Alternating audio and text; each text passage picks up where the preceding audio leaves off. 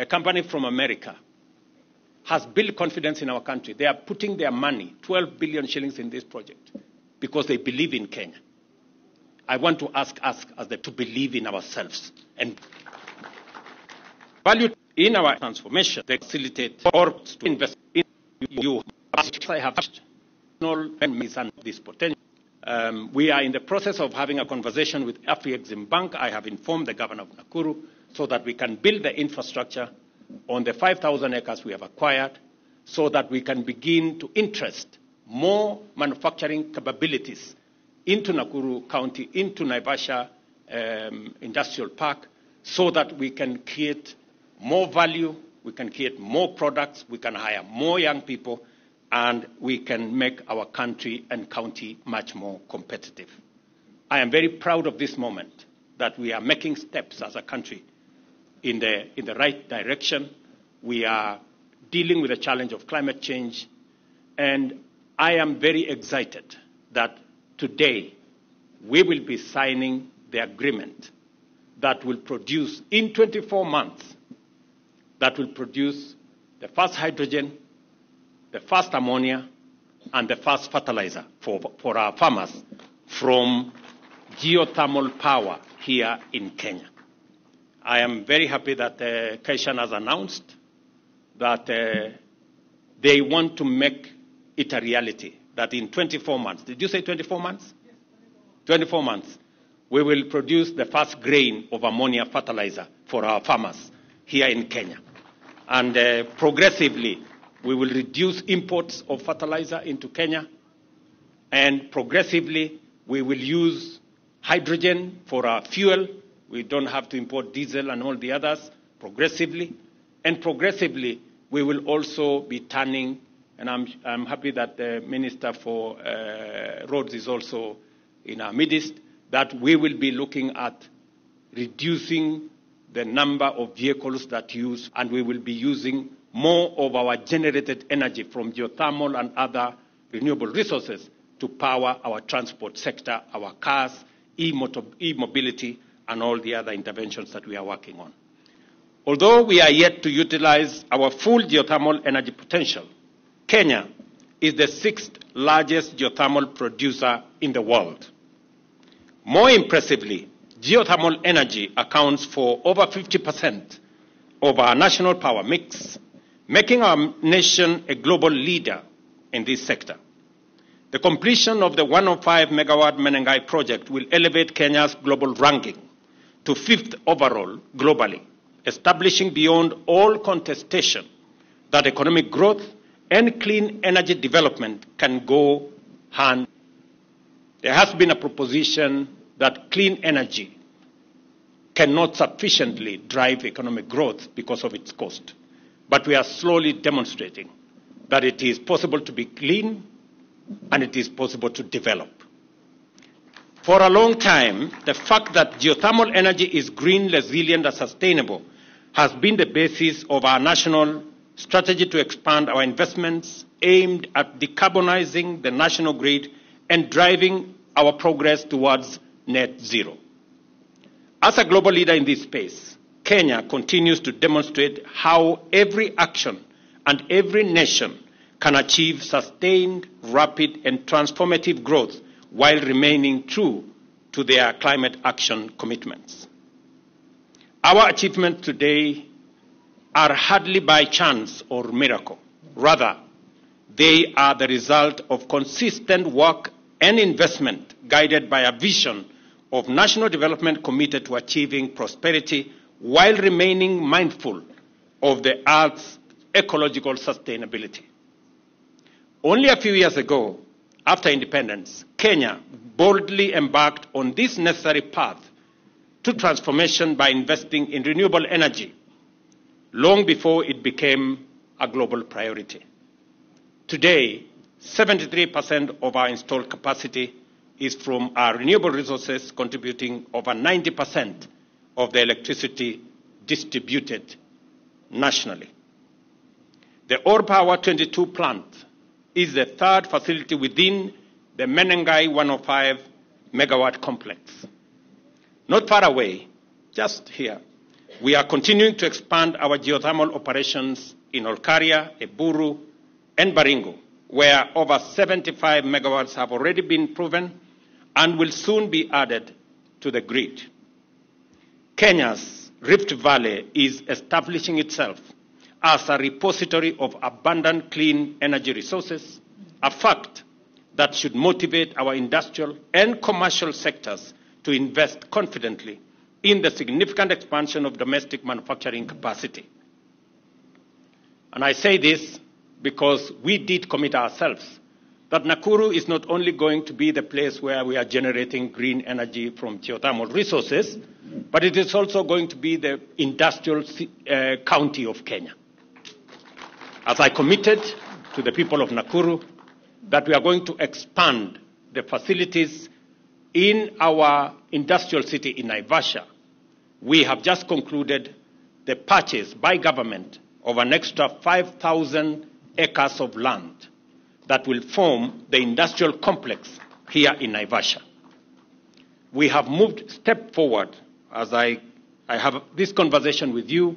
Next week, there will be a major conversation on the project that was launched when I visited the United States between Microsoft, G42 of UAE, and Kenya that will, for the first time, establish data centers in Naivasha powered by geothermal, and that will cost close to $1 billion of investment here in Nakuru County. This power generation speaks to our industrial capacity, our investment potential, and Nakuru County is going to be the epicenter of these activities.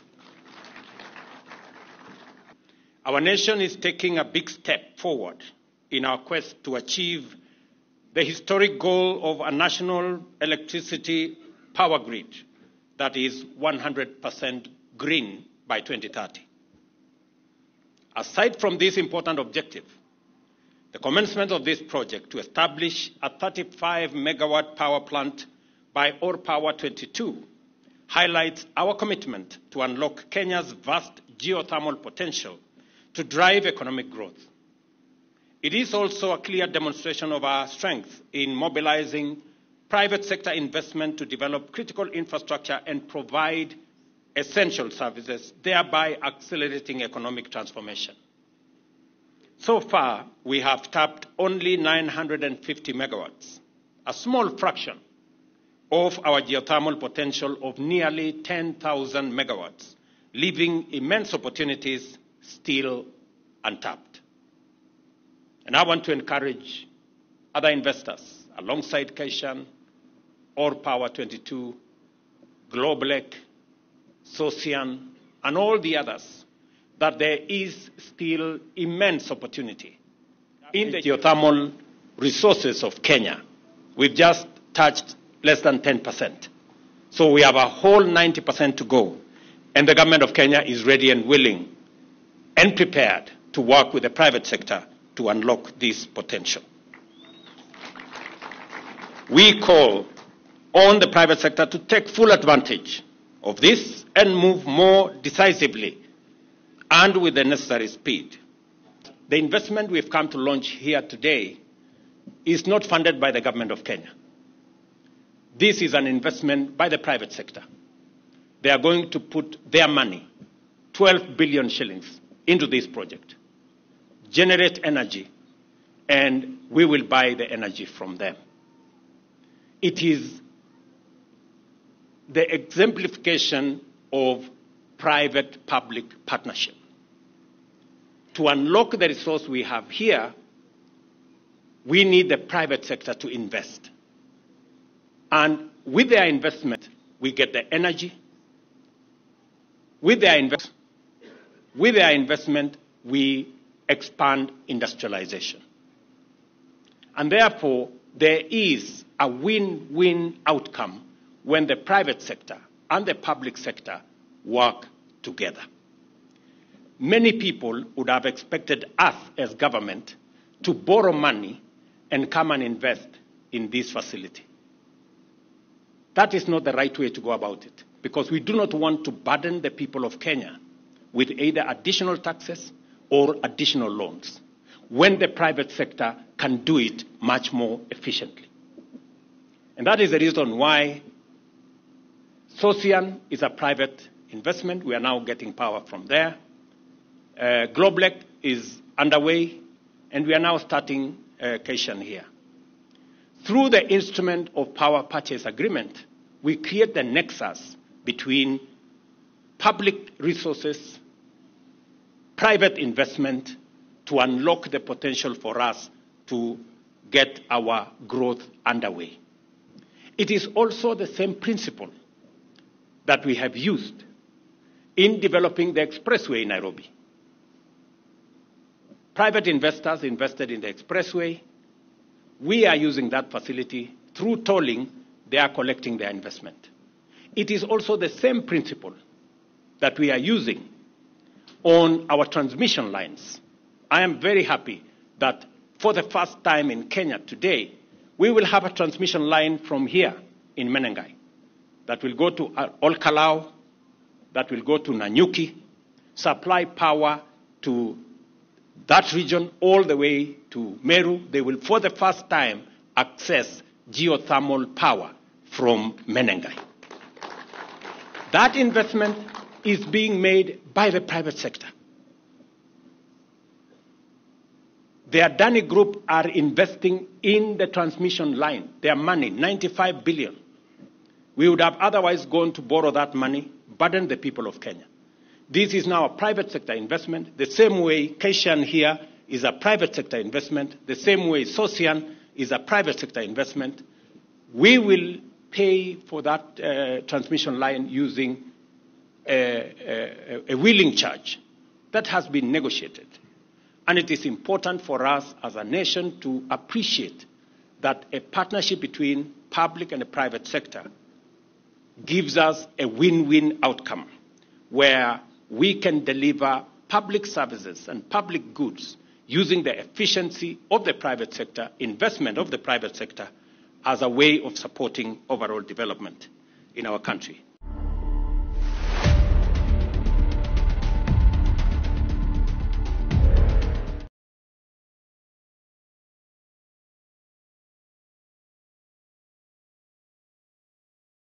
Thank you, Mr. Speaker. I rise to move a motion that this Honorable House debates and adopts the motion for the removal from office of Honorable Enoch Ogori Okero, the Speaker of Nyamira County Assembly, by way of impeachment on the following grounds: gross violation of the Constitution and another law. B, gross misconduct. I want to respond to the two grounds that I did not engage on about the nominees. Honorable members, as you are aware, in the County Government Act and County Assembly, that has less than 25 wards is entitled to 100 staff.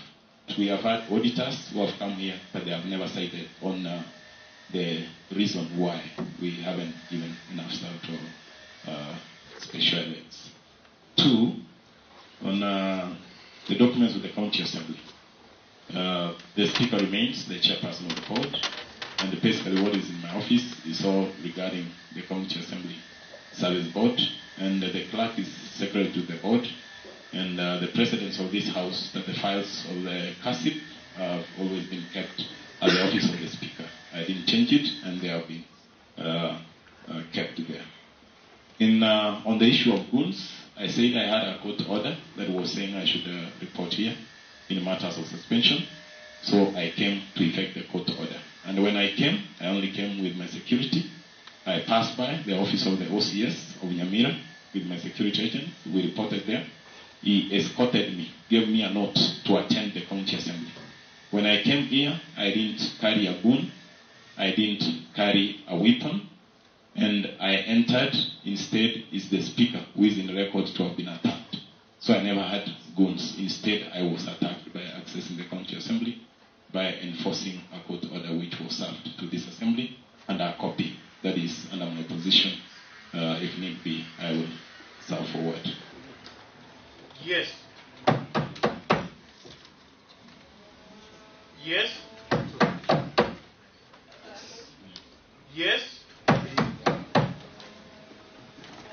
Yes.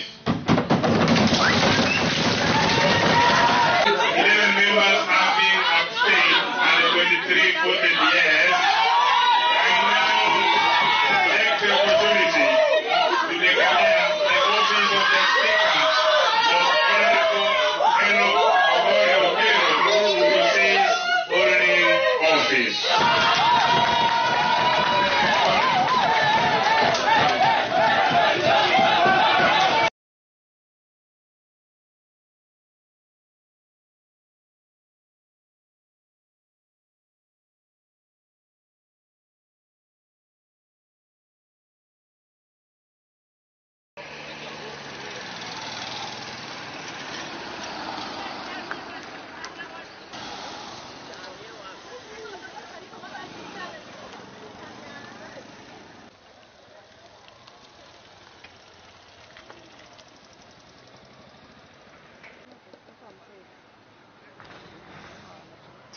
Ule mtu mrefu ndio hata amenaka.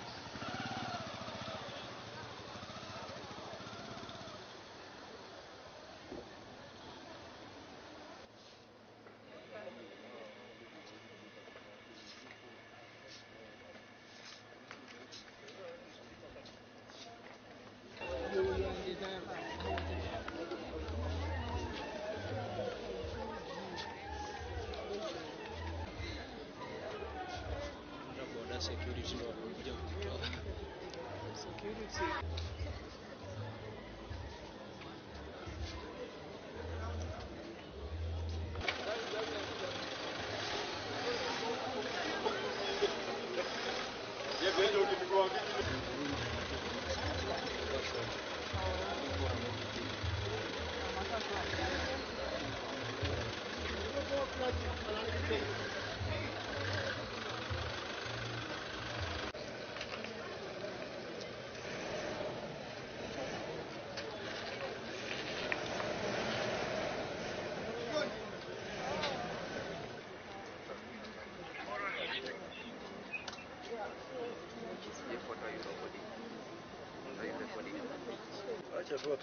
Ataomba picha.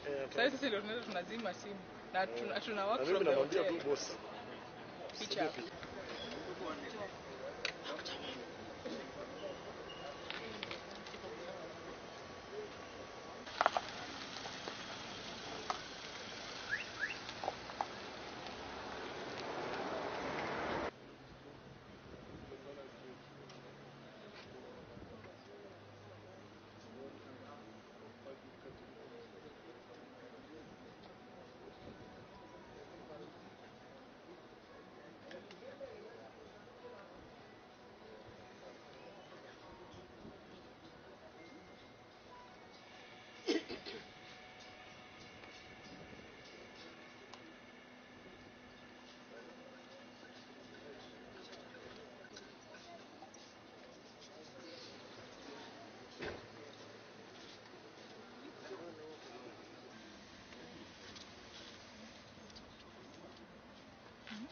Ndio utakutoa.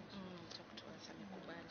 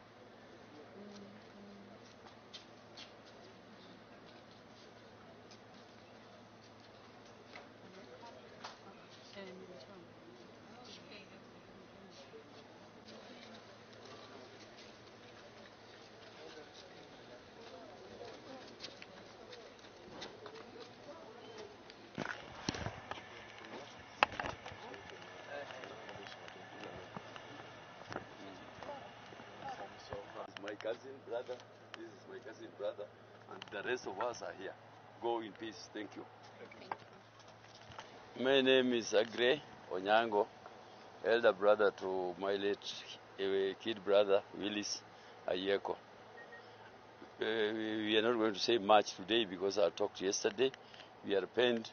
We are not on a holiday or a picnic or some party. Most of the things you heard yesterday, I don't want to go to that. The question is, how far has police gone with the investigations? That one we can't say now, because we have told them that we don't want people writing in social media anything that we have seen that will interfere with investigations. Therefore, we want you, the social media people, the media, to restrain yourselves kabisa, because if we go ahead of the investigations or the investigators, the culprits, and probably one is here, listening what we intend to do and how we intend to move. Now what we are doing, we are removing the body of my brother to leave funeral home. The officers had come from Nairobi, the body to put in a new body bag to take to leave funeral home. The rest of the things you will hear as time comes, because we don't want to go. I'm not an investigator. The rest you can get from the investigation team. But what we are saying, who is this? That is our question. Who is this who wanted Willis dead? What a mighty man who can dismember my brother, cut parts as a sign that we have done the job. How much was he paying?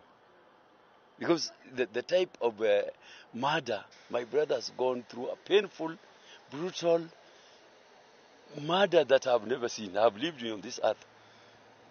Therefore, that is not robbery. That is not highway robbery. That is murder somebody sent to kill my brother. But God, who my mother left us in, and my father, we are going to get him. Thank you.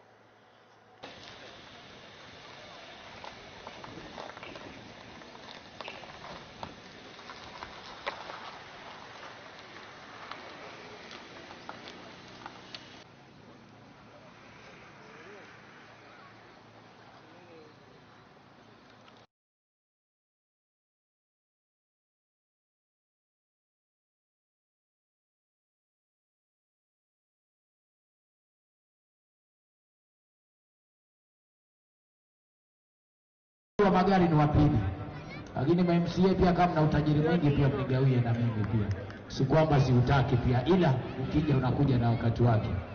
Shughuli tamu zaidi inazidi pigwa hapa na inafurahisha kweli. Mchezo umetulia, ndio maana tunapiga gumzo kiasi hapa. Mchezaji huyu goalkeeper anaondolewa uwanjani, msikilizaji, kwa pipe tu, kwa sababu unajua hawezi wakabadilisha mchezaji wakati mwingine apigwa nyekundu.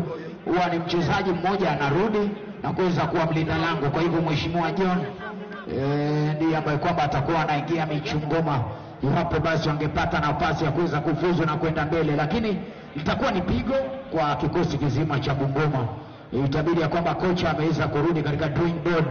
So my name is Boniface Maike, member of County Assembly from Machakos County, and I want to stand here and say that just as you've heard the announcement that we've given a walkover to Trans Nzoia, and earlier we had a complaint against Taita Taveta, because what happened, football is a game of rules, and yesterday their goalkeeper was given a red card and they feuded him today. And what does the international FIFA rules state? International FIFA rules states that if you are given a red card, you miss the game which is there and the following game. But they are not following FIFA. And I want to say that as honorable members, we are very frustrated by the CASA organization. We went ahead, we paid 5,000 shillings. And when we paid 5,000 shillings, a bench was constituted of some few kangaroo court, which was meant there, and they make decision based on their feelings. Yesterday we complained against some referees. They are picking because we've given them money. Each county is giving 500,000, and they are taking coach referees who are not even FIFA accredited, who are not even part of the Federation of Football in Kenya, and you find that we have a lot of problem. My urge is this to the chairman, Imatok, Mheshimiwa from Nairobi, make your team well. And if you don't make your team well, as CASA, we are going to mobilize all the 47 counties and we are going to unsubscribe from CASA because we are complaining and everybody is complaining about CASA. CASA is meant to become like a place where we are joined together. We are coming. The football is becoming dangerous. Violation that has been orchestrated by a well-planned group that we are not in agreement with what CASA is doing. And to my fellow MCAs, I urge that let's disband this CASA. The CASA organization, all of it is a scam. It's a lot of frivolous decisions. On what Mheshimiwa said, that we had meant a very substantial claim about the issues that we addressed here. But the CASA jury just decided for them not to be seen as if they don't know their work. They decided to give an award that other team. We are saying at Machakos County Assembly, we are going to discuss that matter, and we are not going to leave it at that point. We have a right of appeal. We are going to appeal to the NEC. That's part of the CASA. Thank you so much. Thank you very much. Kwa hii eneo ya Bungoma County, watu huku ni wazuri, tumekula kuku, ingoho, tumesikia tuko sawa sana. Na sisi kama hii michezo ya County Assemblies inaletanga waheshimiwa wote pamoja, ndio unaweza kuongea, wanaulizana hapa tunaenda aje, tunaenda hapa tunaweza fanya nini. Watu wanakuwa wanaongea kwa hiyo ile Ukenya. Hakuna sasa mimi ati wewe ni Mbakusu, mimi ni Mkikuyu, hapana. Sisi wote ni wa Kenya. Na ukaangalia hata venye tuna interact huku, hata huwezi jua kama mimi ni Mkikuyu, wewe ni Mbungoma, ule na wewe ni Mkisii, ule mwingine ni Mluya, hapana. Sisi wote tuko pamoja, hata tukikula tunakula pamoja, tunalala pamoja. So kwanza sisi hii michezo inaleta hiyo unity, na hiyo unity ndio tunataka kwa Kenya, kwa sababu Kenya iende mbele. Na sisi tunasema kwanza hii kaunti ya Bungoma, nyinyi watu umetuangalia vizuri sana. Na hata venye unaona game venye tunacheza, si unajua tu kukosangi ile inaitangwa aje, ile confusion, ile mabwa, fighting in the ground. Lakini ukaangalia heshima, waheshimiwa wanasema hapana, hapo nimekosea, mwapewa red card, unakuwa iko sawa. So sisi tumeshukuru sana, na watu wa Bungoma tunampenda sana.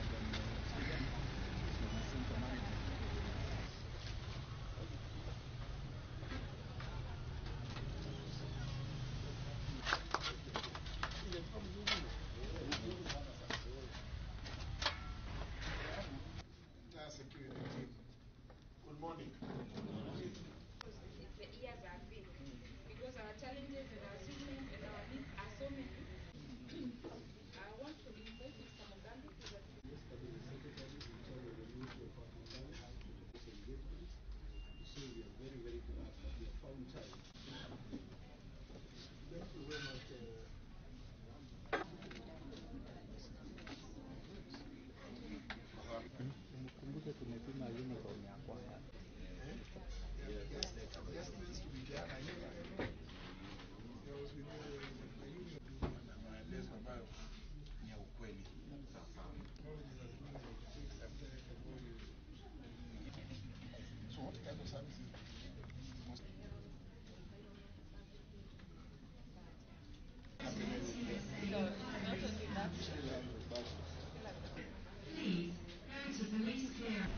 at the national level, I also wish to say it from Vika here, that please, Kenyans, visit the Huduma centers, collect your documents.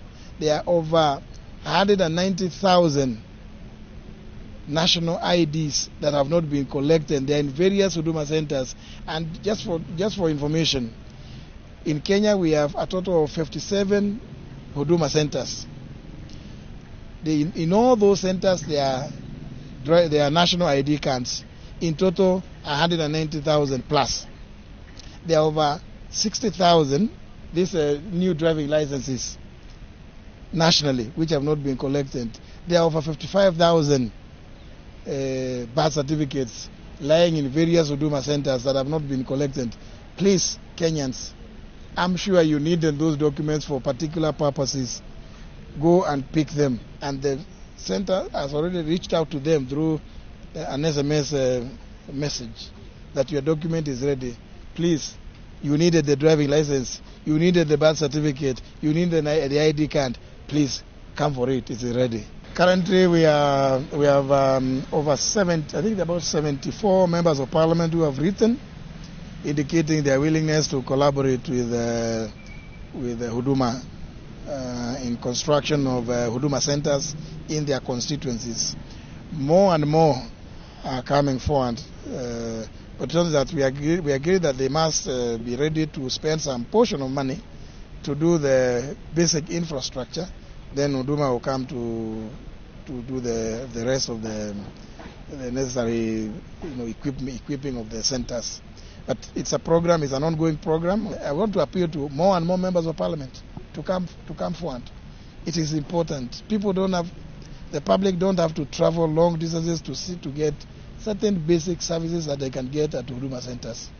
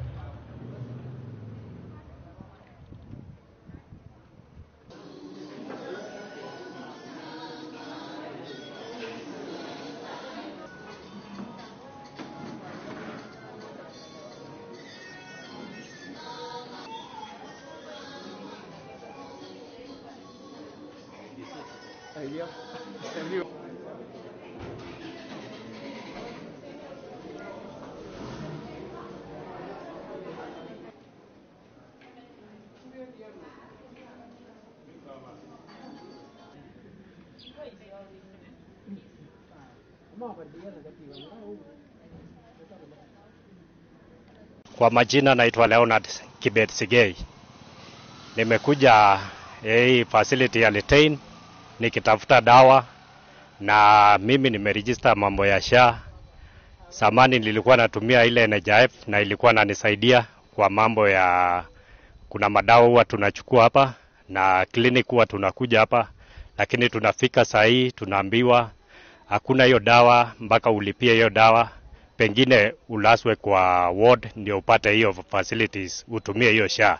Lakini kama we ni outpatient lazima utumie mambo ya cash. Na sisi tuko na shida, pengine ugonjwa inakuja na wakati huo hauna hiyo pesa ya kutumia, na dawa saa zingine ina cost sana.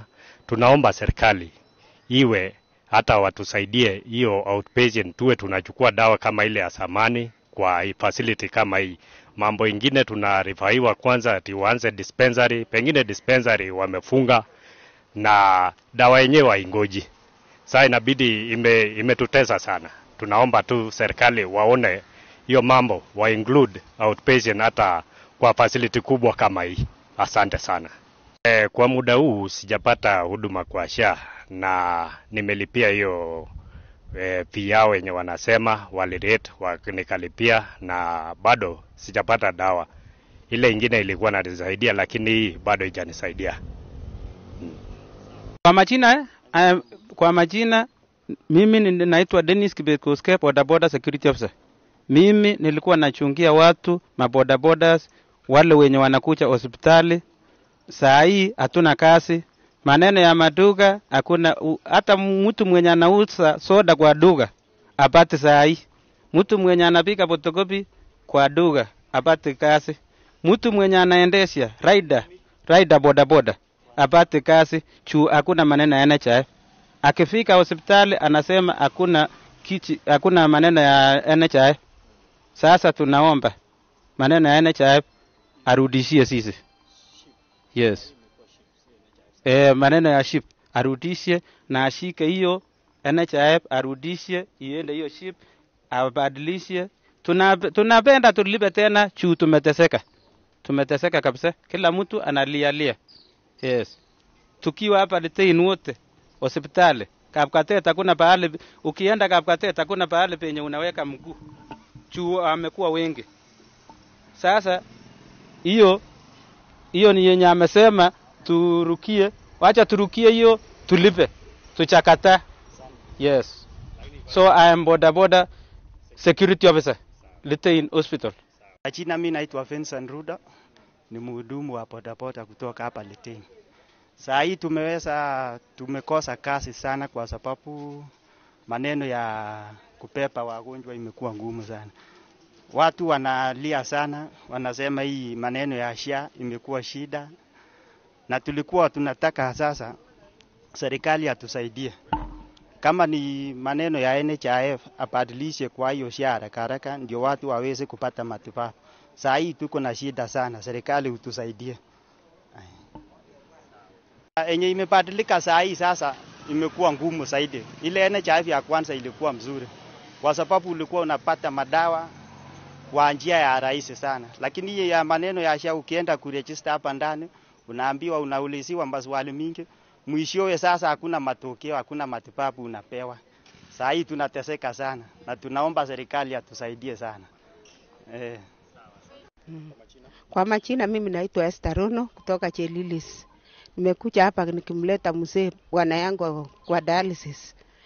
Dialysis tumekuwa tukifanyiwa bila malipo, lakini wakati ameugua sasa tumepelekwa kwa casualty.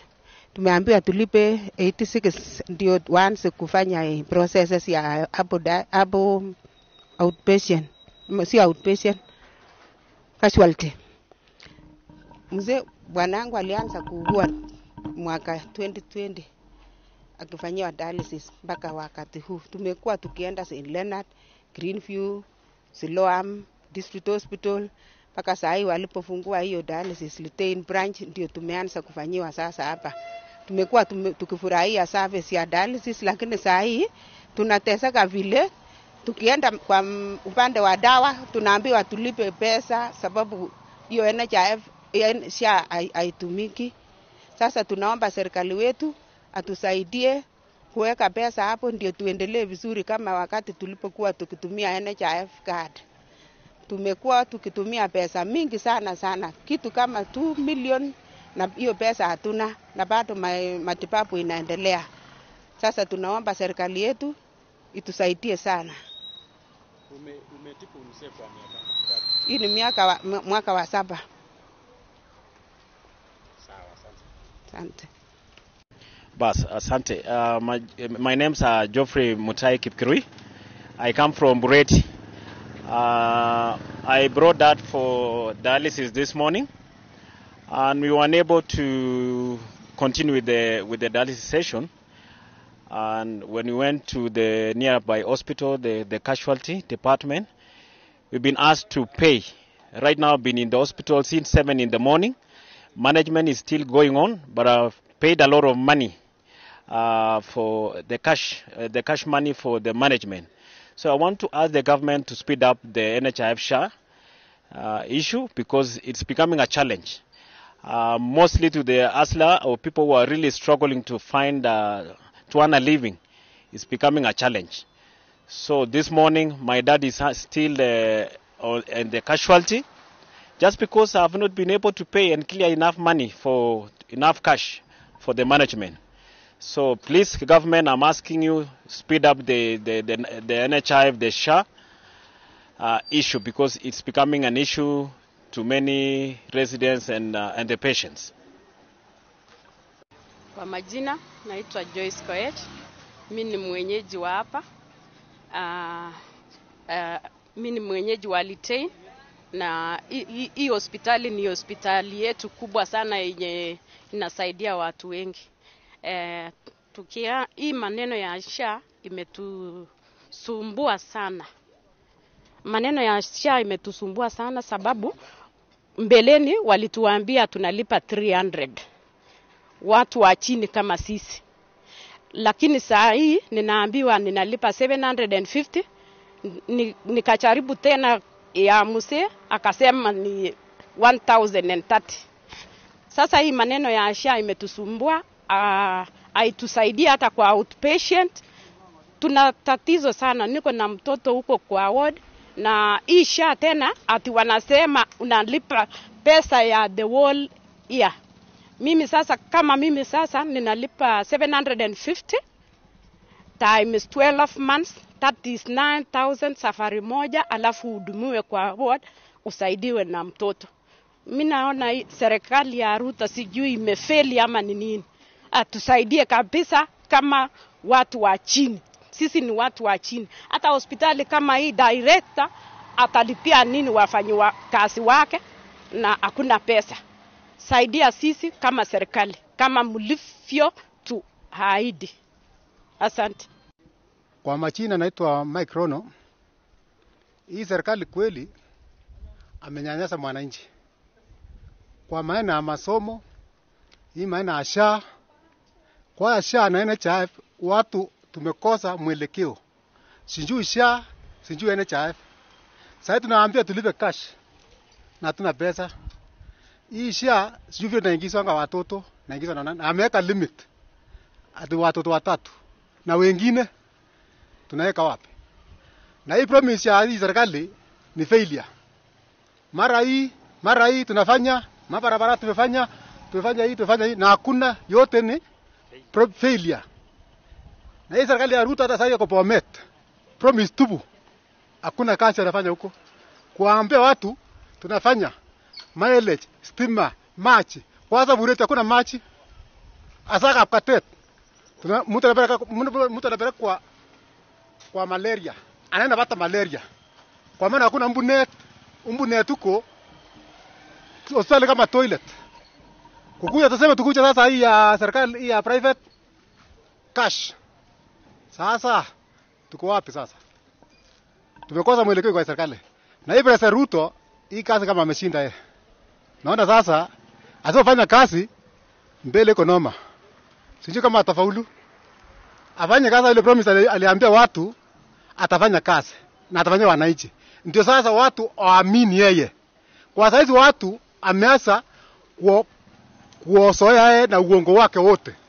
Uongo tubu ana promise watu na ile atendeki. Na Samali alikuwa anasema ni kusema na kutenda. Kumbe ni kusema na kuharibu. Alituambia bottom up, kumbe ni bottom down. Hakuna kazi nafanya hii kwa serikali. Sasa watu wanaasol tu na mafuta kazi hakuna. Sasa watu wana kazi. Ni hayo tu.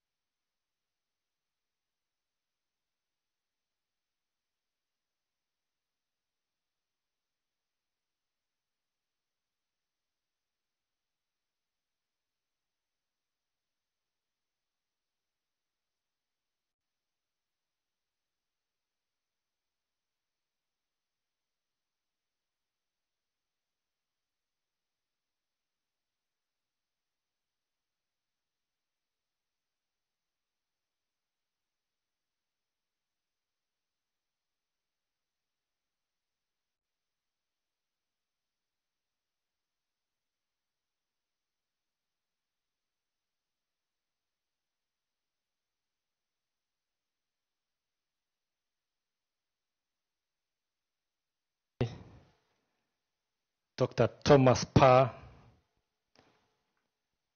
my friend, my brother, Mr. Berav, the president of ANOCA, honorable eminent colleagues from the IOC and Olympic Refuge Foundation, good afternoon. Good afternoon again. Allow me to extend a very big and warm welcome to our president, to this wonderful country, and more especially in Nairobi, as we still move around the country. I want to say that karibu sana. Now, I know hakuna matata. There's no problem.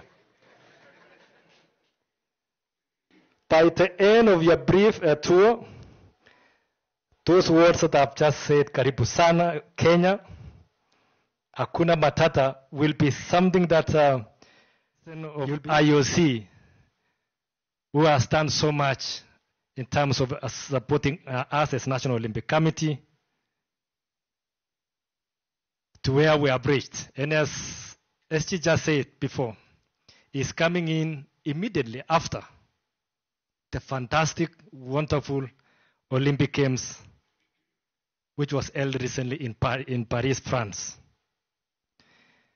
Mr. President, your timely visit signifies the cordial, long-standing and cherished relationships between our National Olympic Committee of Kenya and the IOC, especially as an active member and participant of the Olympic Games over the years, and also promoter of the Olympic values in our territory as a nation. This afternoon, we had invited some of our national federation and affiliates colleagues, which together we constitute our movement so that they might share in this historic visit with you, that you are made to join us this day. As the people charged with the custodian and development of our athletes, this platform was perfect platform which we all have witnessed a very productive and engaging session. The further entrenches you have always put in pronouncing that the agenda that we have as leaders is to see to it that we put the athletes at the center of everything that we do. And we appreciate that that motto is what we are carrying as the National Olympic Committee of Kenya. Mr. President, I once again want to say karibu sana and welcome to address this team this afternoon. But before then, I want maybe to welcome Berav. Just make a few remarks before you, sir. Thank you very much. Mr. Berav.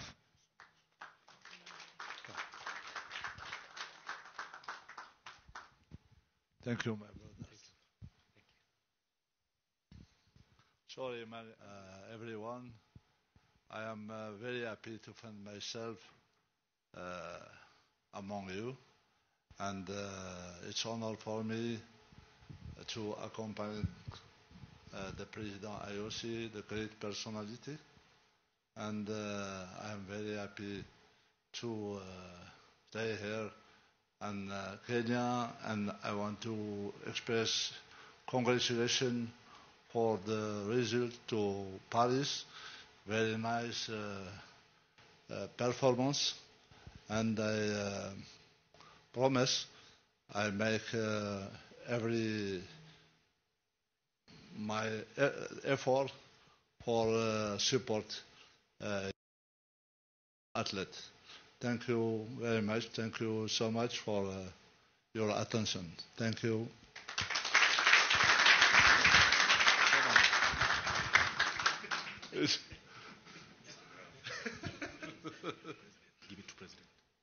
You're always in our minds and highlighting the great success of the NOC of Kenya. And this great was clearly demonstrated once more there in Paris in these really historic Olympic Games, where despite of the very tense geopolitical situation, despite of all the wars and conflicts going on in the world, we could manage to have the athletes from all 206 national Olympic committees with the IOC refugee Olympic team coming together and competing peacefully, and not only competing peacefully, but living peacefully together under one roof in the Olympic village. And with this sending a very strong signal to the entire world what our Olympic mission is. That means unifying everybody and not discriminating anybody for whatever reason, but unifying and welcoming everybody who is following the rules.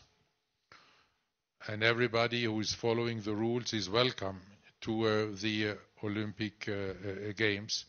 And those who do not follow the rules, they must bear some consequences, but always protecting the athletes and the rights of the athletes. This success was only possible because of great teamwork in the IOC, and there we can always rely on our two IOC members in Kenya, with Paul and with Humphrey, whom I have the opportunity now standing here while he is sitting to look straight into his eyes. They are playing an important role in different commissions and with different contributions in the IOC, and carrying this message Paul just mentioned from Kenya to the IOC, where we together embrace it. And that means that the athletes are not only at the heart of the Olympic movement, they are the heart of the Olympic movement. And I think this is what also Francis made very clear, that you are taking in everything you're doing the athlete-centered approach and the human-centered approach. And we are, in the Olympic movement, we are a human-centered movement.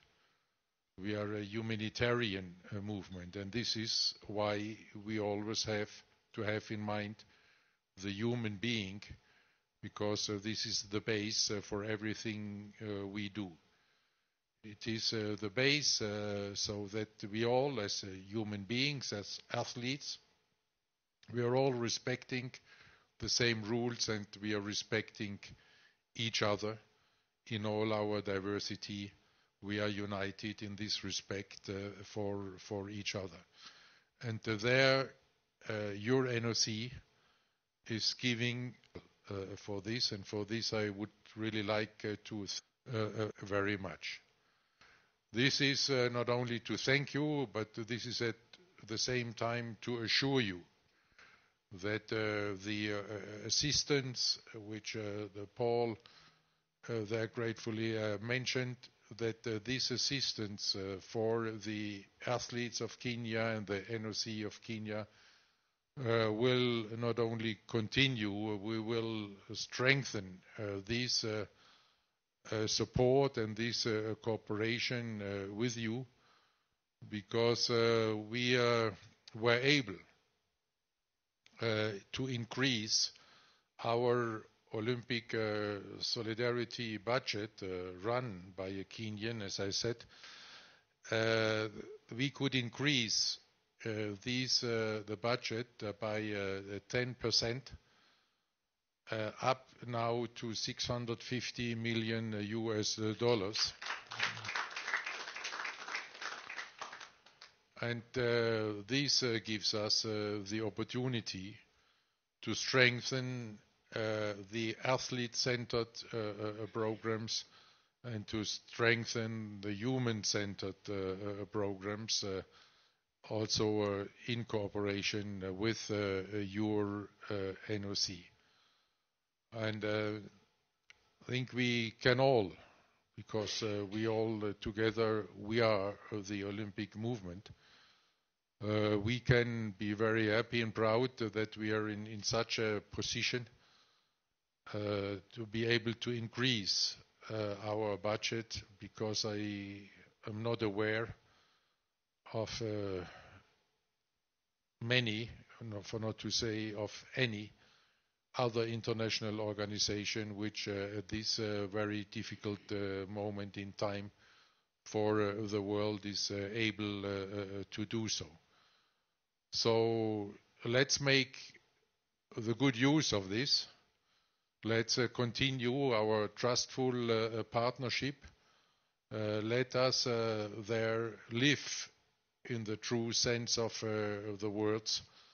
Altogether, our Olympic motto, let's go faster also in the next Olympiad, in the next 4 years. Let's aim higher for your athletes. Maybe you can even increase the number of medals in LA again.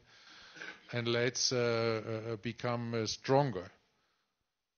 And if we all do this together, then not only you and your athletes will become stronger and more successful, then also the entire Olympic movement will become even stronger and will become even more relevant in our world with our message, with our mission for peace, solidarity and friendship to make the world a better place through sport.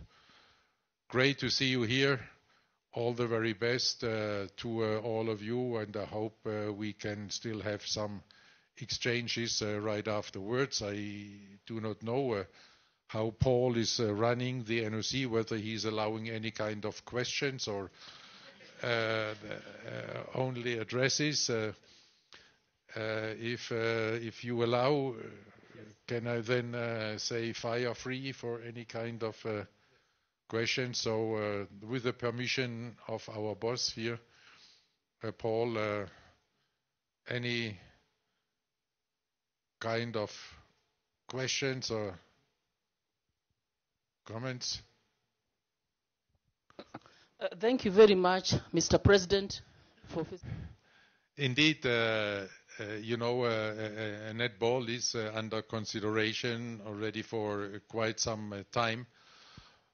But putting together the Olympic program is somehow, you know, mission impossible. Because we have so many factors pulling on us.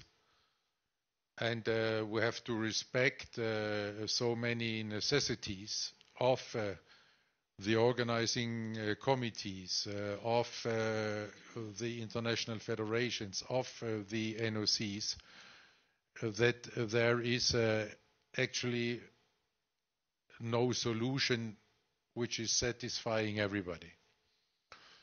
You may remember the times, but 10 years ago, you know, when, because of the size and the issues around the feasibility of organizing the Olympic Games, we did not have real candidates anymore. That for, you know, we had to do the double allocation there at the time for 24 and 28. And we had to undertake many reforms. We had to reduce and put a limit on the number of participating athletes. At the same time, we had to increase the participation of the women to finally achieve gender parity in Paris. We had to take a new young sports on board in order to reconnect with the young generation, which we had lost, and our connection. We had to change the philosophy of organizing the games in a way that we need to adapt the games more to the host than imposing on the host to adapt to the games, and so on. And all this, makes it then in the mix really extremely difficult to put this program together, this program which always has to respect our roots and at the same time also to look into the future and into the interests of the young generation.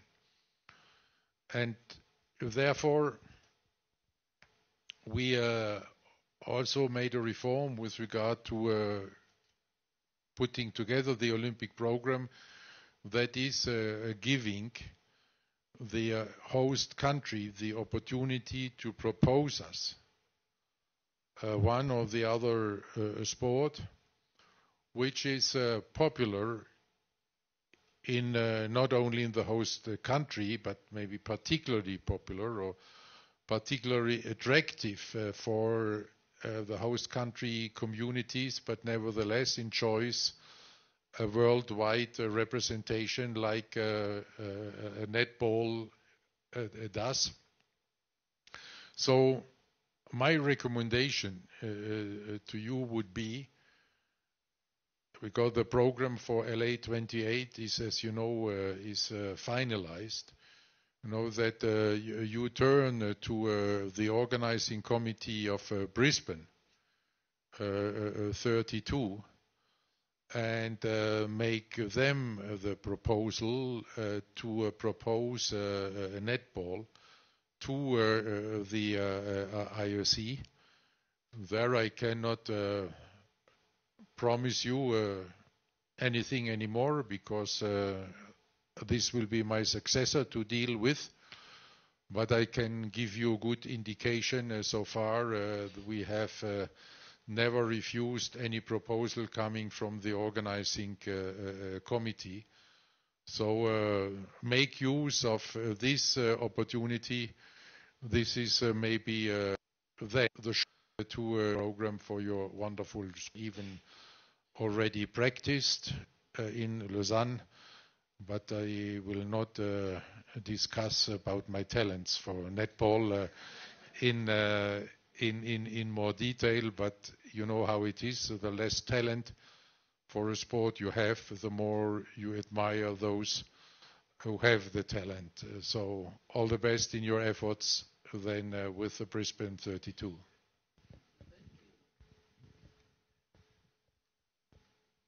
Thank you very much.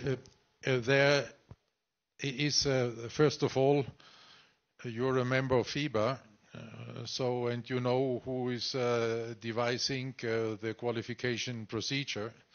So show your strength in FIBA.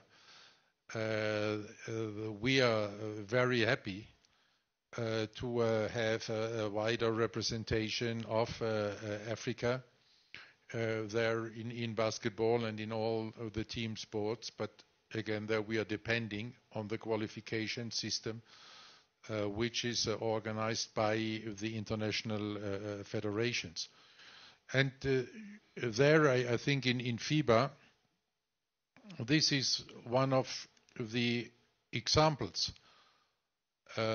which I always give around the world as a leading example for a perfect cooperation between professional leagues or organizations, NBA, and international federation, and you see the result here in Africa with the African Basketball League, which will clearly push basketball even further in Africa, and this wonderful team of South Sudan in Paris, I think, will be an encouragement not only for more African teams to qualify and try to qualify, but will also give you a big boost in FIBA to appreciate this great support, this great success and these great efforts Africa is undertaking also in basketball. To be very frank, now at the end of my mandate, I can be very frank, also to tell you what is not possible, or most likely not possible, is for the reasons given to our friend from netball, to increase the number of teams. We have this discussion with all the team sports, because we're very happy to see that team sports in general are making great progress all over the world, and in particular women's team sport is making great progress. But with regard to the limitations we have to set ourselves in order to be able to organize the games in a feasible way, it will be very difficult to increase the number of teams. But what is possible is to rearrange the qualification procedure in a way which is giving justice to the growing importance and the growing success of African teams in so many sports.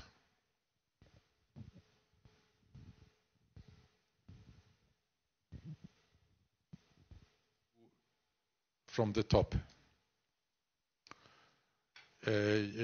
Safeguarding has to build bottom up, because the issues are and can happen anywhere, and you cannot, to make this very concrete, very, very pragmatic, you cannot expect a girl in a somewhere remote village in Kenya or in Paraguay or in Kazakhstan or wherever to take a hotline and call Lausanne.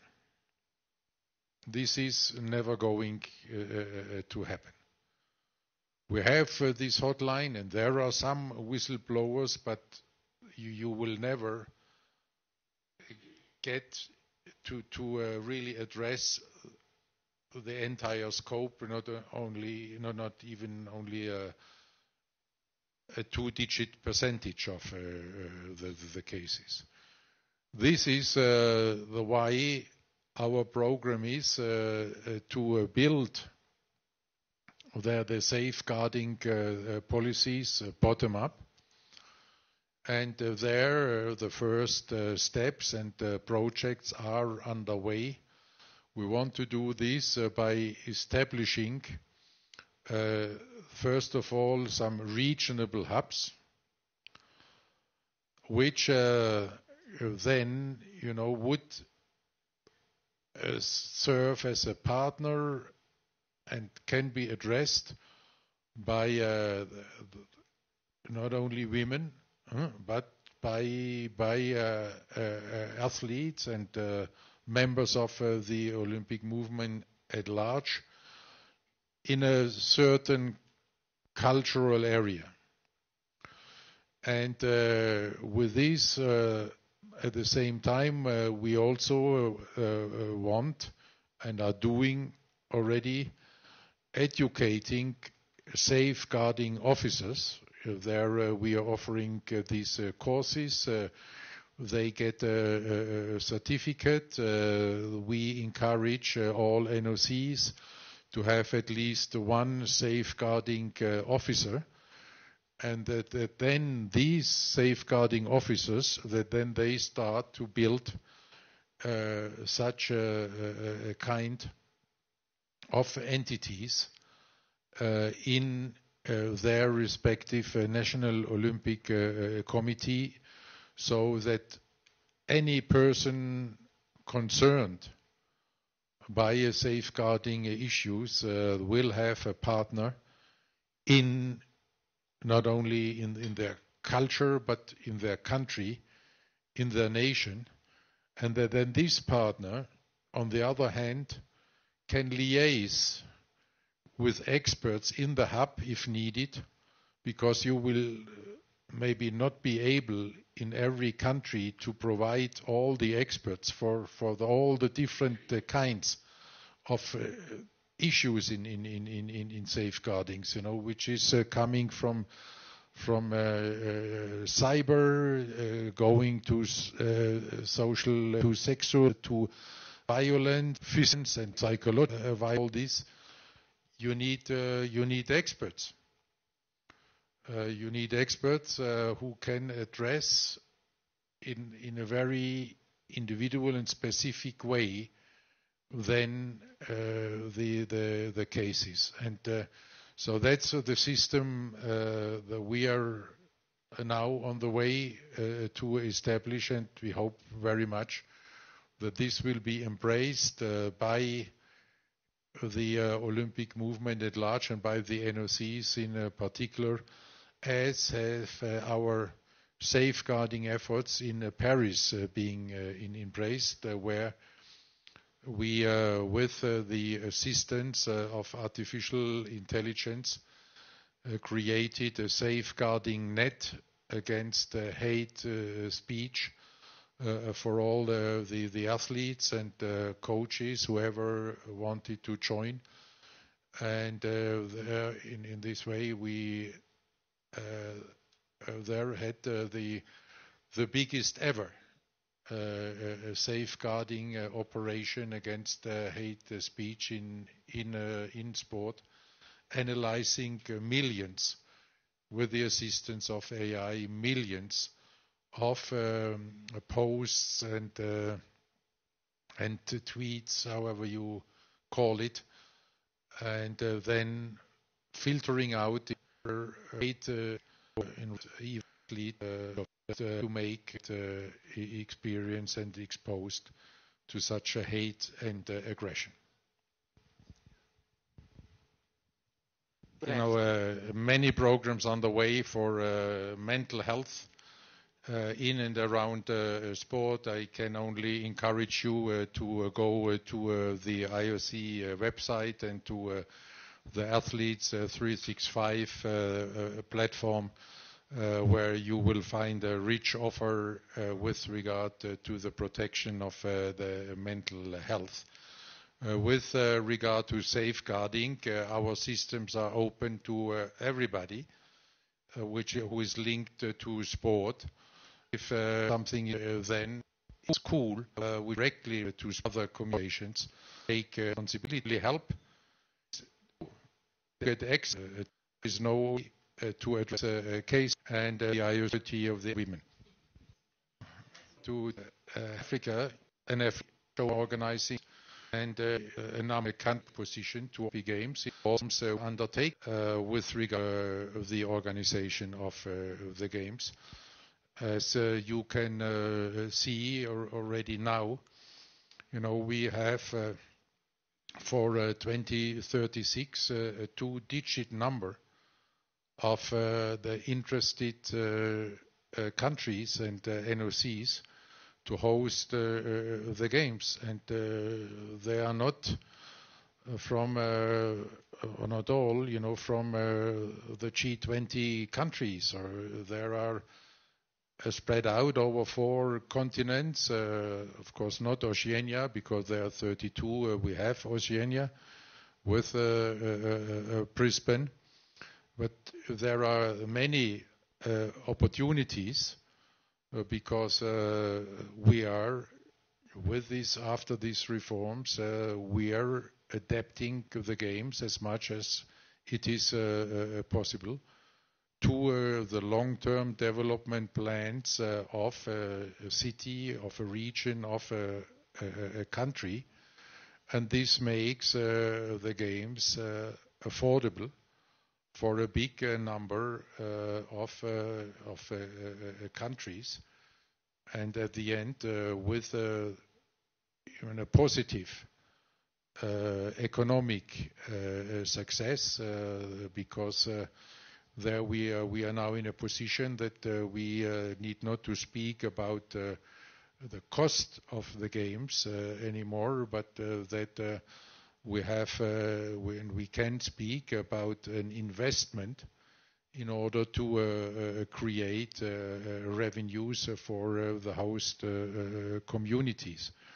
So I can only encourage Africa to gain some confidence and to come up with an interested country or city, and with an interested National Olympic Committee. And in the meantime, I think Africa can already be very proud. And this is part of our attachment to Africa and our commitment to Africa, that we were allocating the Youth Olympic Games 2026 to Africa. And I say explicitly to Africa, because this was our commitment. We said we did not want to give it to a specific country, and we did not even speak about a different continent.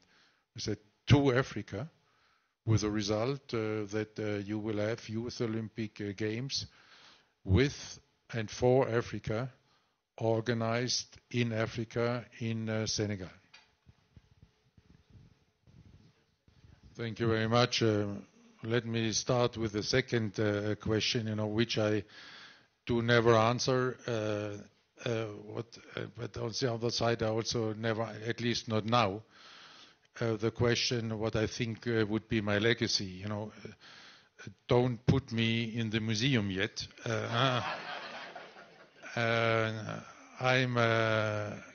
I'm still there for a couple of months. And I do not intend to be a lame duck in this last couple of months. But there are still some ideas and some projects on this I would like to work until the 23rd of June 2025, which will be my last day in office. With regard to the book, interesting question. I get it many times, but I've not come to a conclusion yet.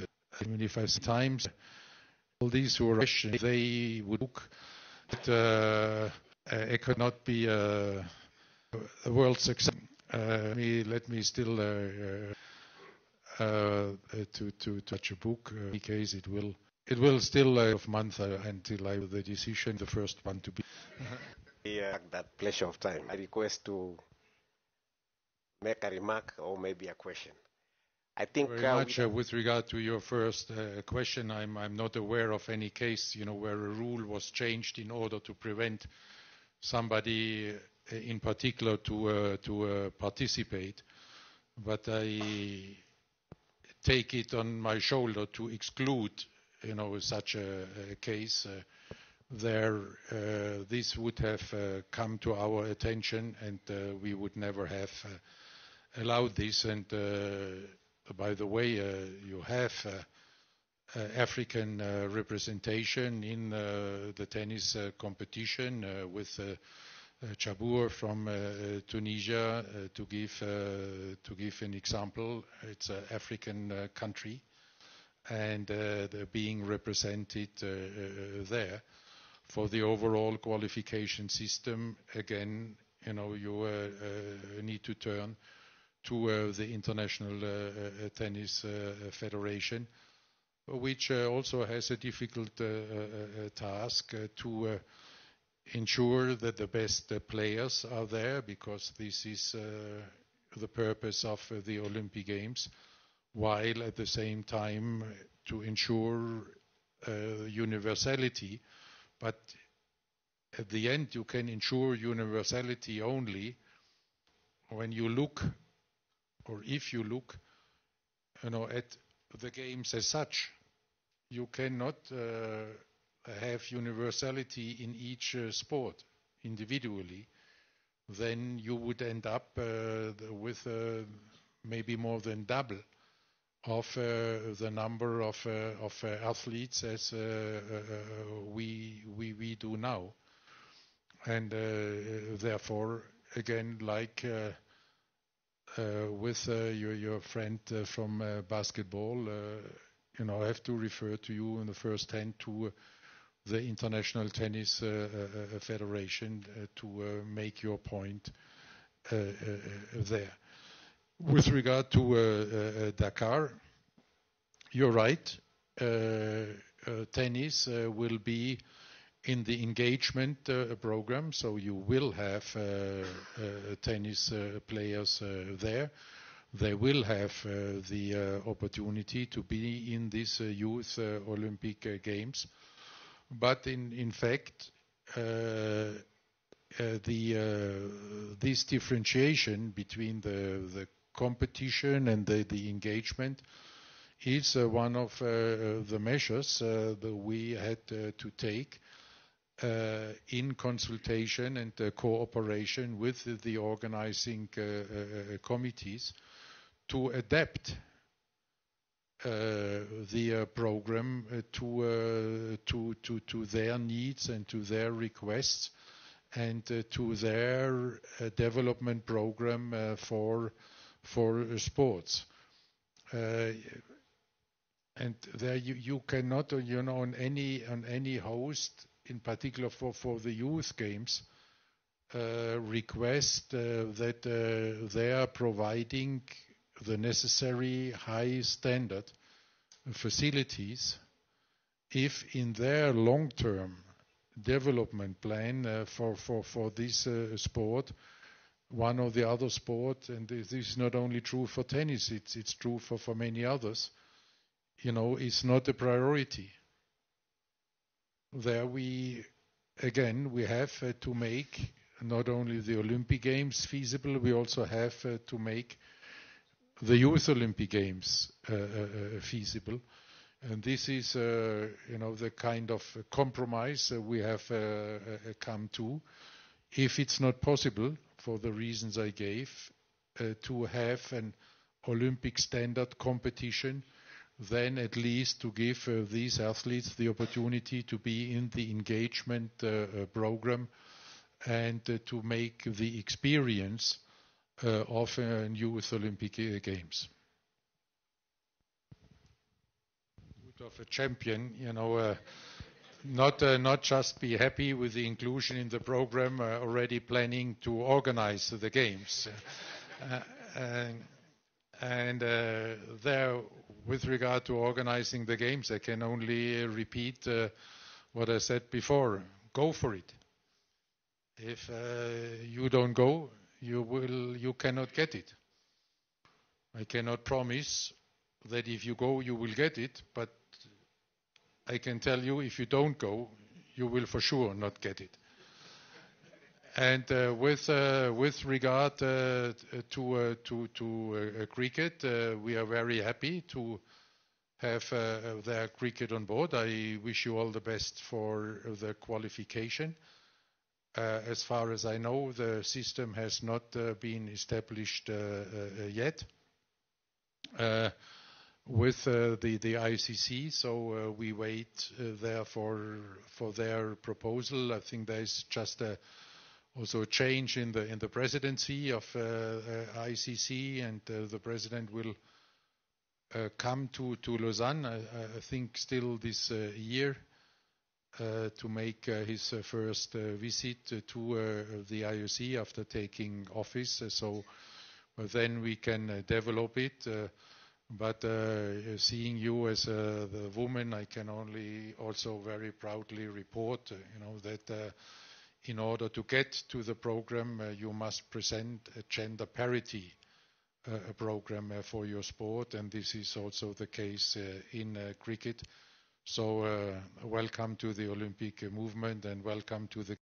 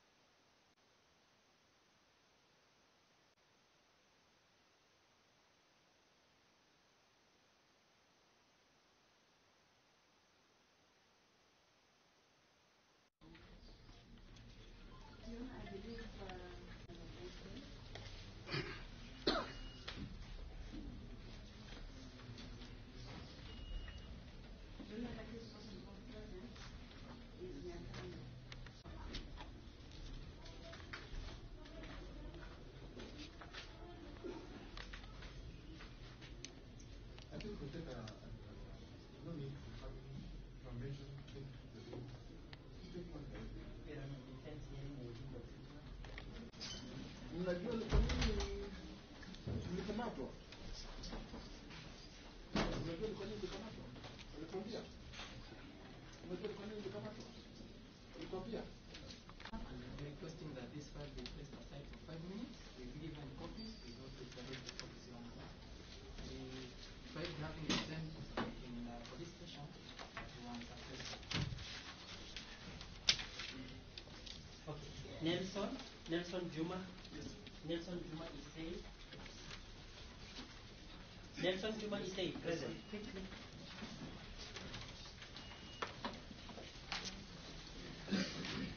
You practice religion? The complainant is in copy of my wishes to the Take the Bible. In your right hand, repeat after me. I swear before God and before this court. I swear before God and before this court. That the evidence I'm going to give. Evidence I'm going to give.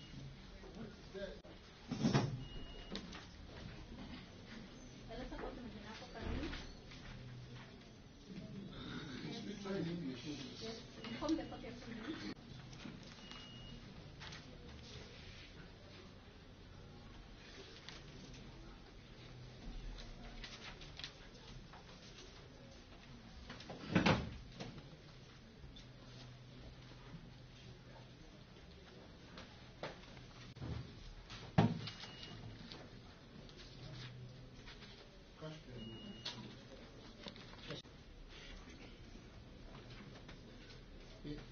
Steps out. Maybe these plans can explain the plant is in a better position. 24th of October 2024. Your Honor, there is an affidavit signed therein supporting the application. The investigation has been ongoing for the past 4 weeks, Your Honor.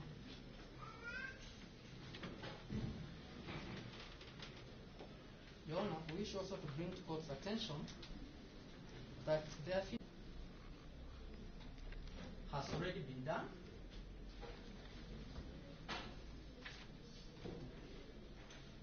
Your Honor, there is also an issue of flight risk in the affidavit.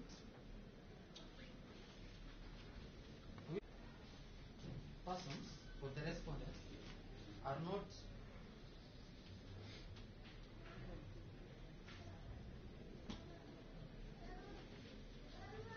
flight risk persons.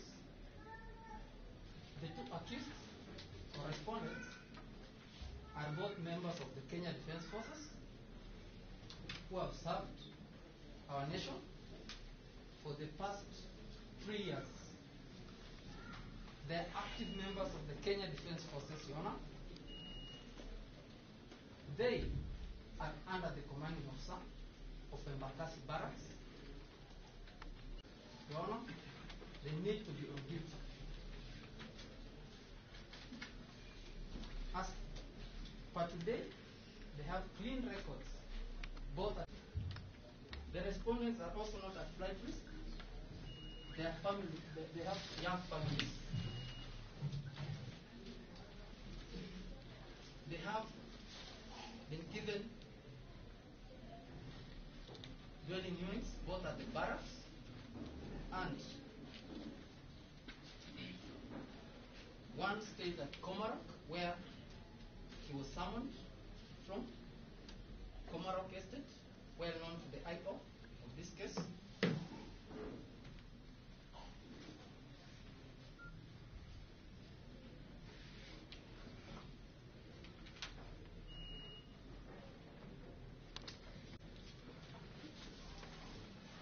Your Honor, also on the affidavit, there is an issue of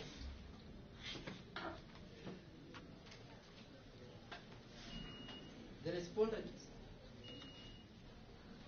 safety. Your Honor, that's an issue because these are servicemen, Your Honor. They are not in any way likely to interfere with the evidence or their Safety for who? Their own safety. So let's talk about their own safety. Yes, Your Honor. In relation to their own safety, Your Honor, these are servicemen. Reason to argue that their safety can be compromised from the members of the public.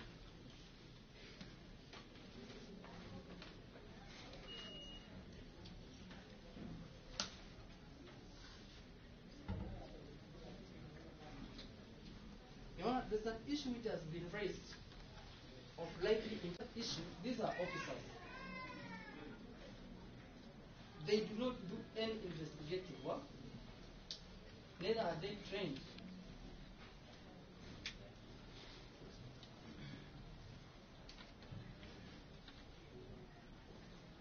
to armed forces code. Your Honor, Your Honor, they are also under the commanding officer, Embakasi Barracks.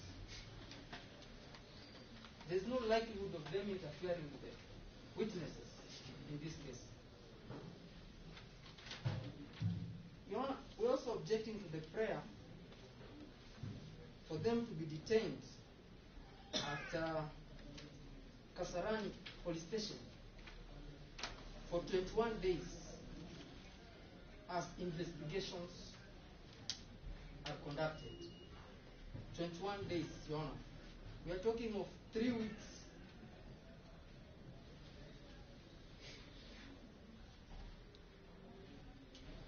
Your Honor, on this issue of 21 days, there's a question of presumption of innocence. We believe the respondents are still presumed innocent until otherwise. We pray court finds its wisdom and vary the prayers of 21 days to around 14 or 15 days long.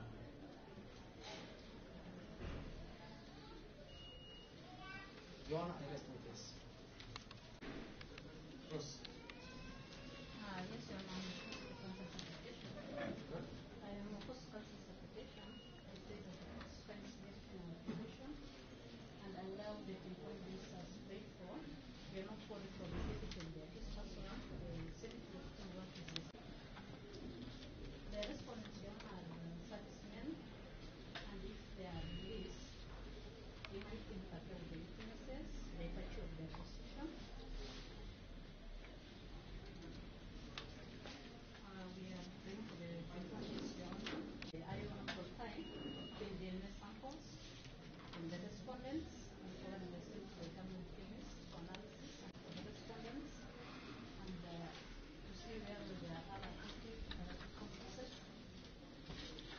And that will also take time. We also need time to take the respondents to hospital for mental assessment.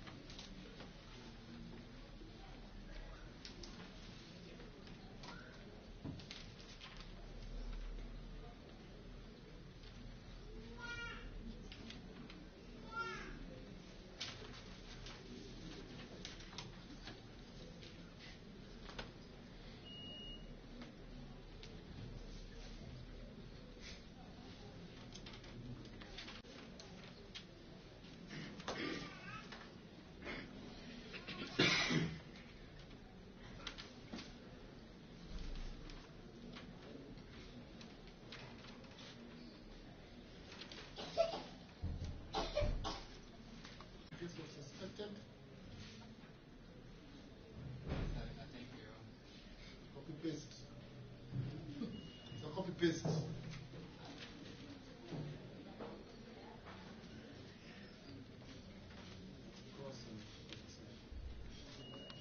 It is murder, not human.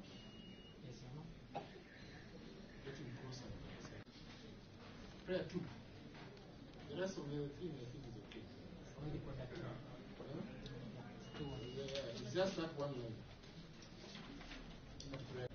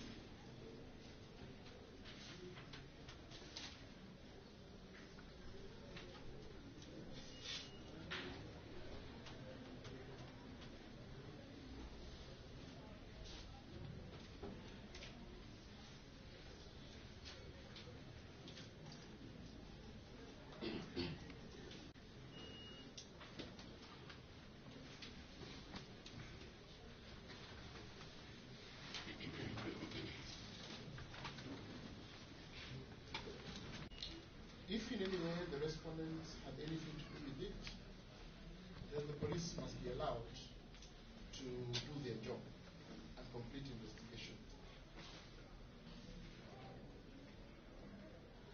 My considered view of the issues raised by the applicants is that the most, where they have got the biggest problem is the safety of witnesses. And I think if appropriate measures are put, that issue can be addressed. I don't think that what remains to be done would require a lengthy detention period, as the applicant phrase, a last order, one, that the application is allowed, but the period is limited to 14 days. Two, that after the 14 days, if the collection of samples, mental assessment will not be complete, and also that the decision to charge will not have been made, then the respondents shall be handed over to the commanding officer at Bakassi Barracks, who shall ensure that the accused persons remain in the barracks until ordered otherwise. So there's no movement in and out. That should take care of the required tourists. We'll mention the matter on November for any other possible business as well. Nyateko Newton Tony, custody. Regan Joshua, Omoni.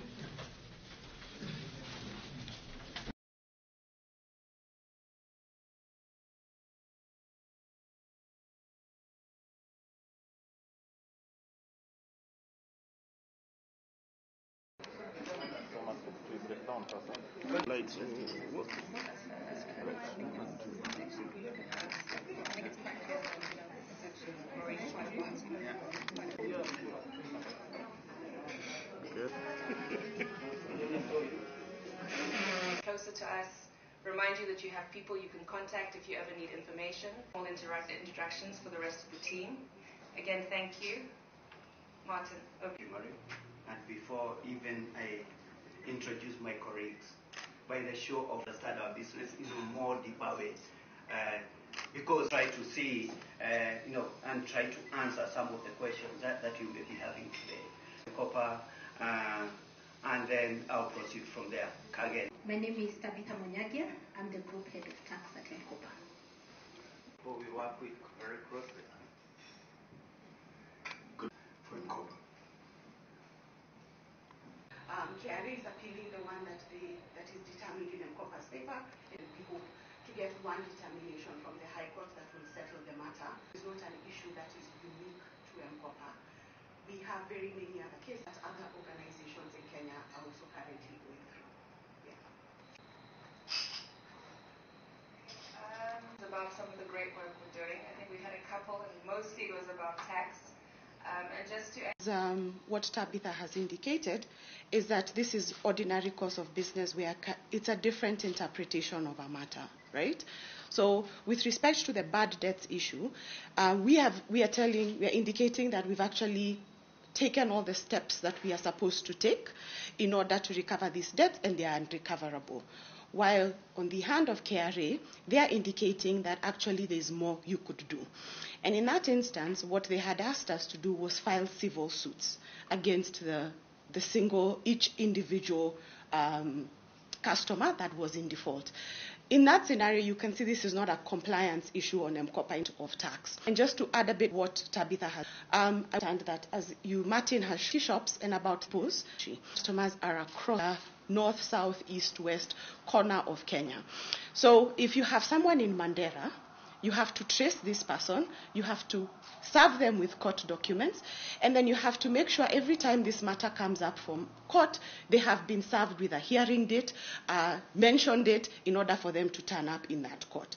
As you can appreciate, that would take a lot of time and money in order for us to be able to actually file individual suits against 40,000 plus customers in Kenya. And that is why the tribunal was of the view that we had done as much as we could do, and any attempt for us to actually pursue these customers would have been throwing good money after bad. So let me just answer that one with respect to compliance of tax. Similarly, with the permanent establishment matter, that is not an issue of tax compliance. We are compliant in terms of PAYE. We don't have suits with respect to PAYE, VAT, excise duty. These are different interpretations with respect to a position that we hold very differently with respect to our side versus what KRA believes. And in the permanent establishment matter, KRA is of the view that our holding company is present in Kenya, whilst we are of the view that our holding company is present within the boundaries of the United Kingdom, making decisions across all the 5 markets that we exist.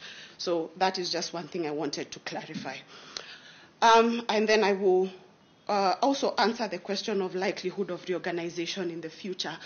As you can see, like I said, this is not an issue that is over compliance, and we are not in antagonistic position with KRA. We intend, and we continue, not just intend in future, but we also intend to continually engage with KRA to actually communicate our positions and build a relationship that is enabling us to continue operations, recognizing the need for us to be able to generate income for the Revenue Authority due to the different avenues of business that we do. I would not say that arising out of this KRA matters, that there is a likelihood of a reorganization. And my interpretation of a reorganization is redundancy. I don't know who asked the question. If the interpretation is correct, that is not something that these KRA decisions are leading MCOPA to go in that direction. But I'll let Martin answer if there's anything he'd want to add, particularly on reorganization as well as default from credit from bad debt. That's the start. So we build a credit score for you. We build a credit history for you, and that's why for us, other products comes in as a retaining products, and that's why we say it. We acquire, we finance, and we retain. Either through cash loans, you can get a cash loan to get the desired product if at all we don't have them in-house, but also we will continue looking at seeing which other products we can be able to add to our portfolio, like whatever we have done for e-mobility. Then fake phones. I think this has been a very done item, and not only fake phones. I think it's also grey phones. I don't want to call them fake. Devices coming into the country, but unfortunately,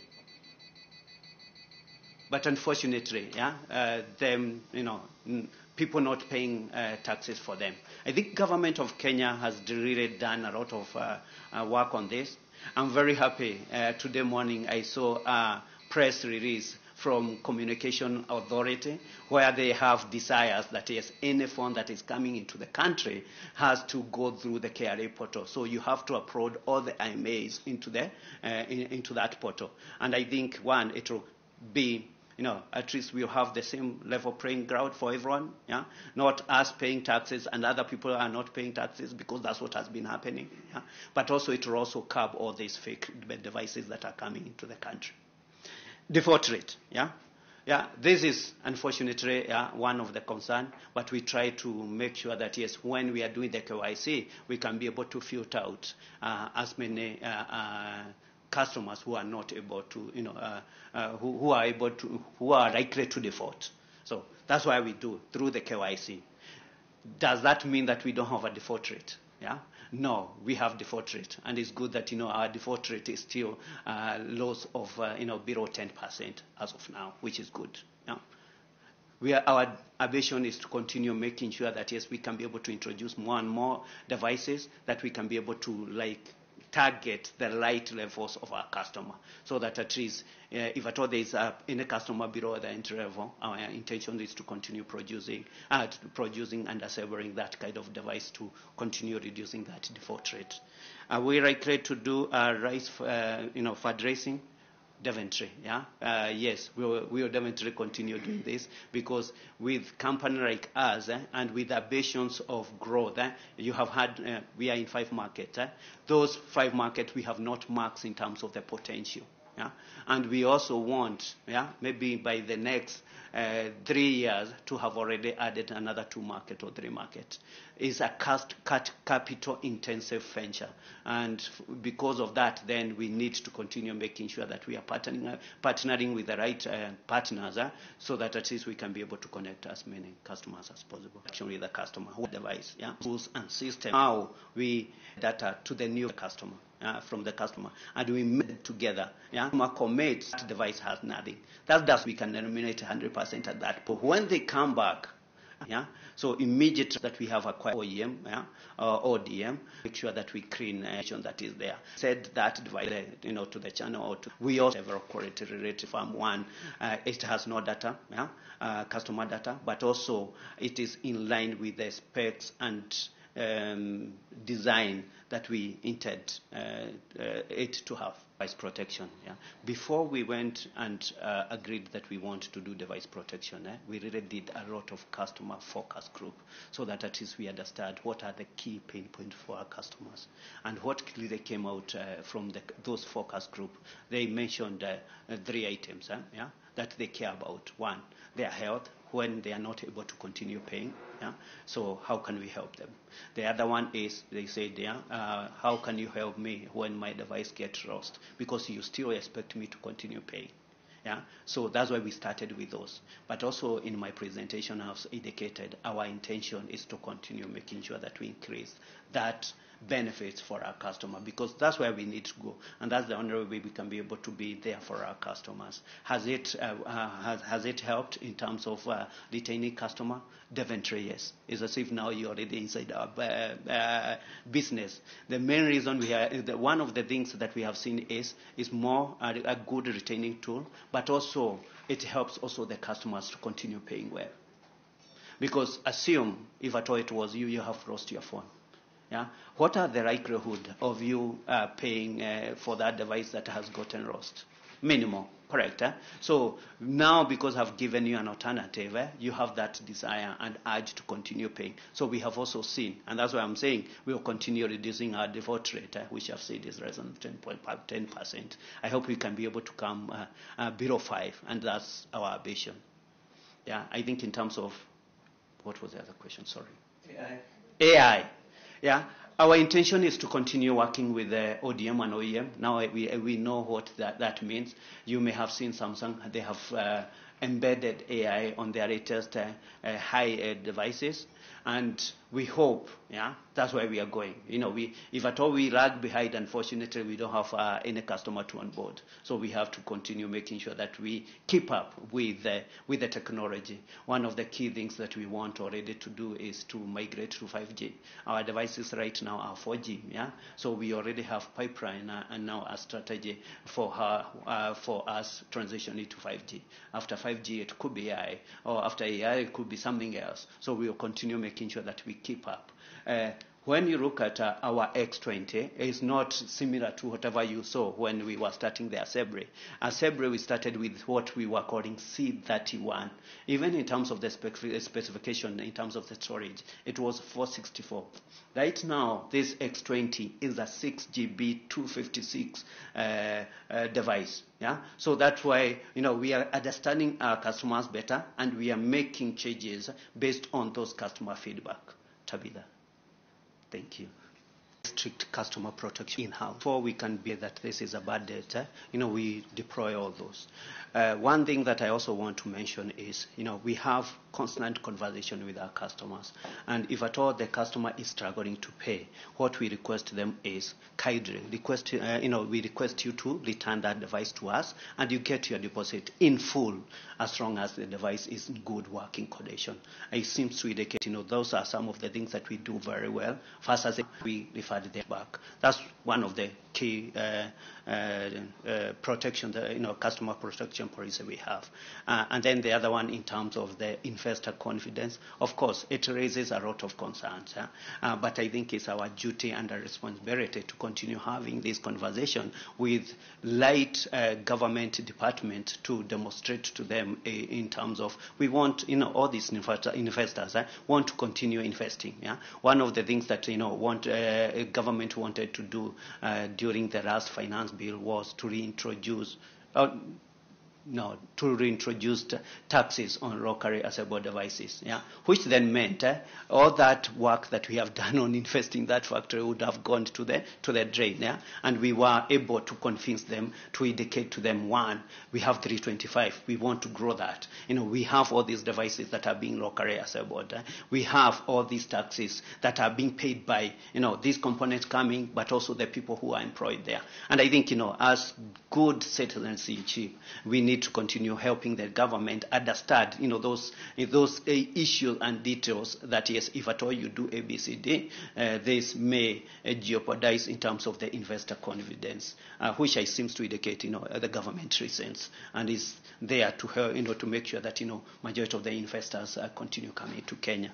I think there was something Tabitha wanted to correct. Model, we normally do pay as you go, okay? So you pay when you want to use it.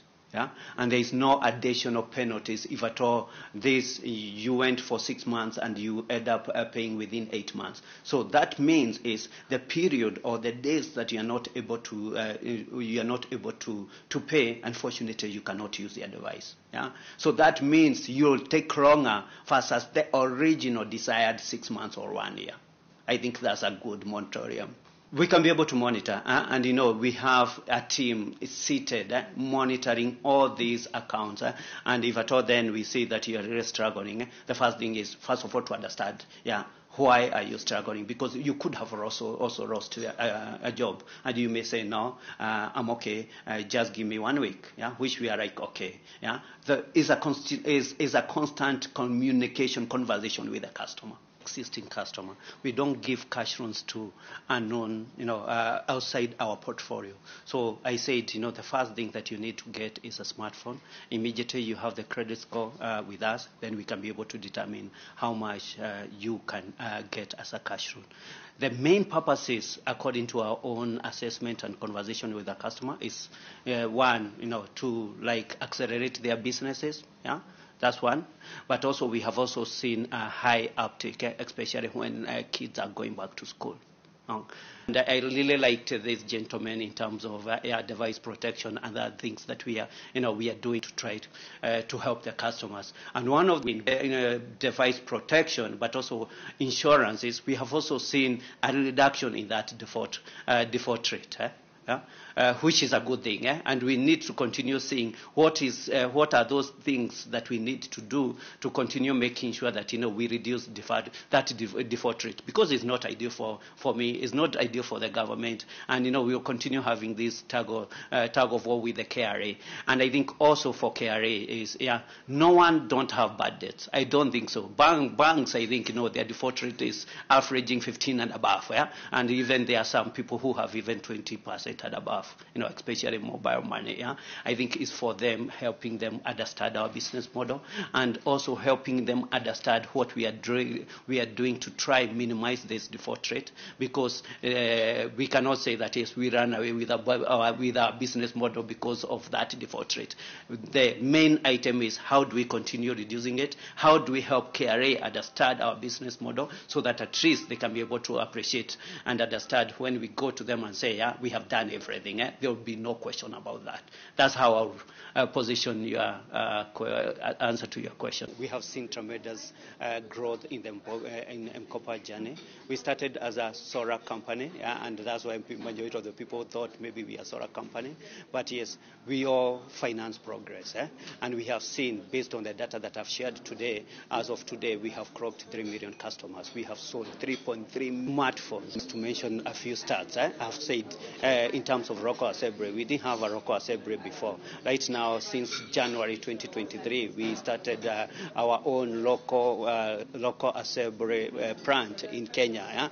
People seem to indicate there's no way we can be able to do smartphones Asebre, but yes, we are doing it. To date, we have done about 1.5 million devices through that Rocco Asebre. We have employed 325 young population, which just demonstrate how good we have been doing. 1st of July 2022, the government of Kenya increased the taxes for all smartphones coming to the country, 25% duty and 10% excise, and that's why I indicated this impacted the landed cost of the smartphones by that 7.5. The data affect us. Our sales almost dropped by 40% in the month of July, August, and we continuously saw that decline all the way to December.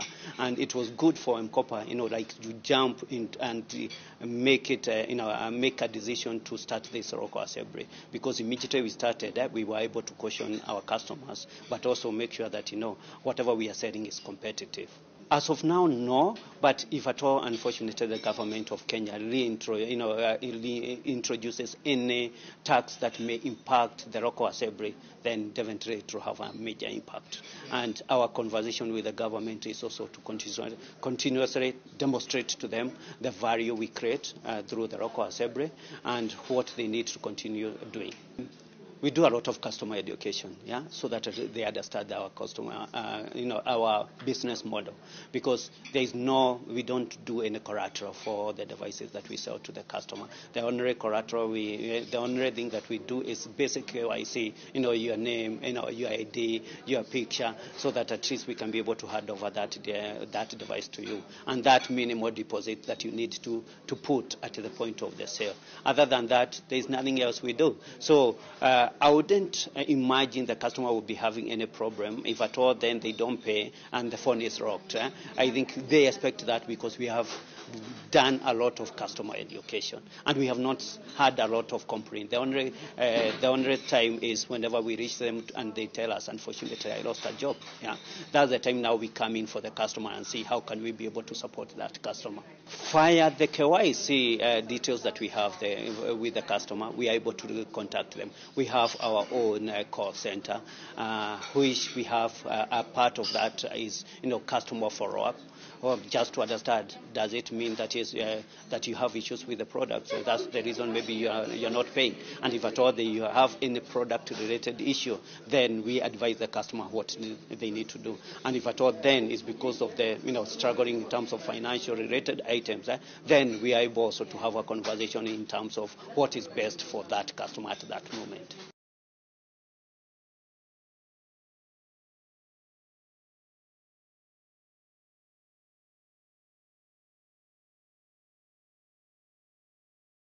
Ladyship Dr. Justice Frida Mugambi. We'll begin with the mentions for today. Petition E570 of 2024, Eddie Waiguru and Victor Ngatia versus Senate and National Assembly.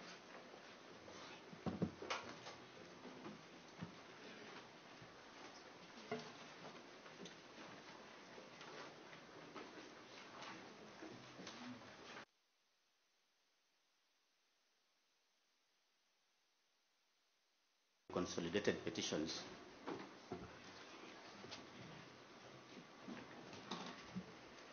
On 14th of October 2024, this bench was empaneled to deal with the constitutional petitions which had been filed challenging the process of impeachment of H.E. Rigathi Gachagua. By then, the impugned process of the National of the Republic of Kenya. Those petitions were subsequently consolidated by an order of this court, and constitutional petition number E522 of 2024 became the lead file. The impeachment process then moved to the Senate, where His Excellency Rigathi Gachagua was eventually impeached. Subsequent petitions were filed and conservatory orders issued. Those consolidated and petition number 564 became in the series.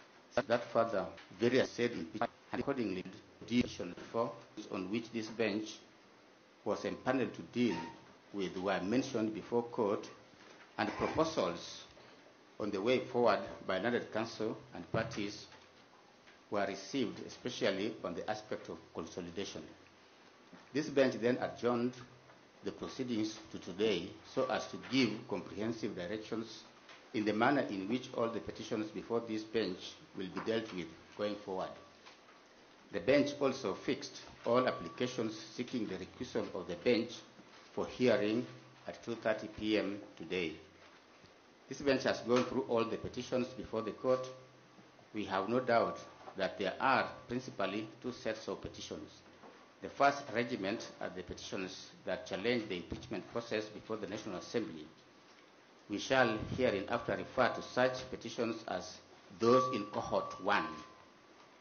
As said, those are the petitions that were consolidated, and constitutional petition number E 522 of 2024 became the lead file. These petitions were fixed for a mention on 29th of October 2024 for the parties to decide on the way forward depending on the outcome of the proceedings before the Senate. As it is, the Senate proceedings ended with the impeachment of H.C. Rigathi Gachagua. As a result, several other petitions challenging that process were filed. We shall hereinafter refer to such petitions as those in cohort 2. Those are the petitions that were consolidated, and constitutional petition number E 565 of 2024 became the lead file. Having considered the nature of the petitions before us, and with a view of conducting those proceedings in an orderly manner, we hereby issue the following further directions. 1.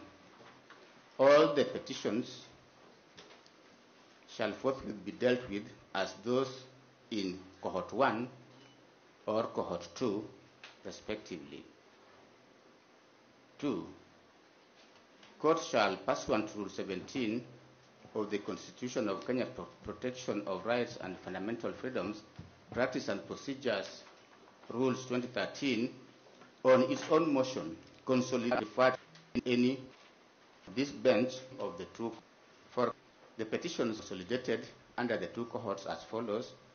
Petition in cohort number 1, Nairobi petition number E 522 of 2024, that is the lead file.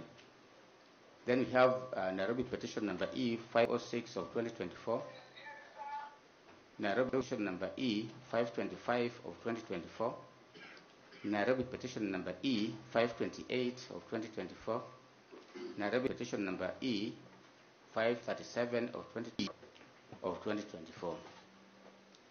The petitioners in those consolidated petitions are as follows. 1. Rigathi Gachagua. 2. Obuli Namea.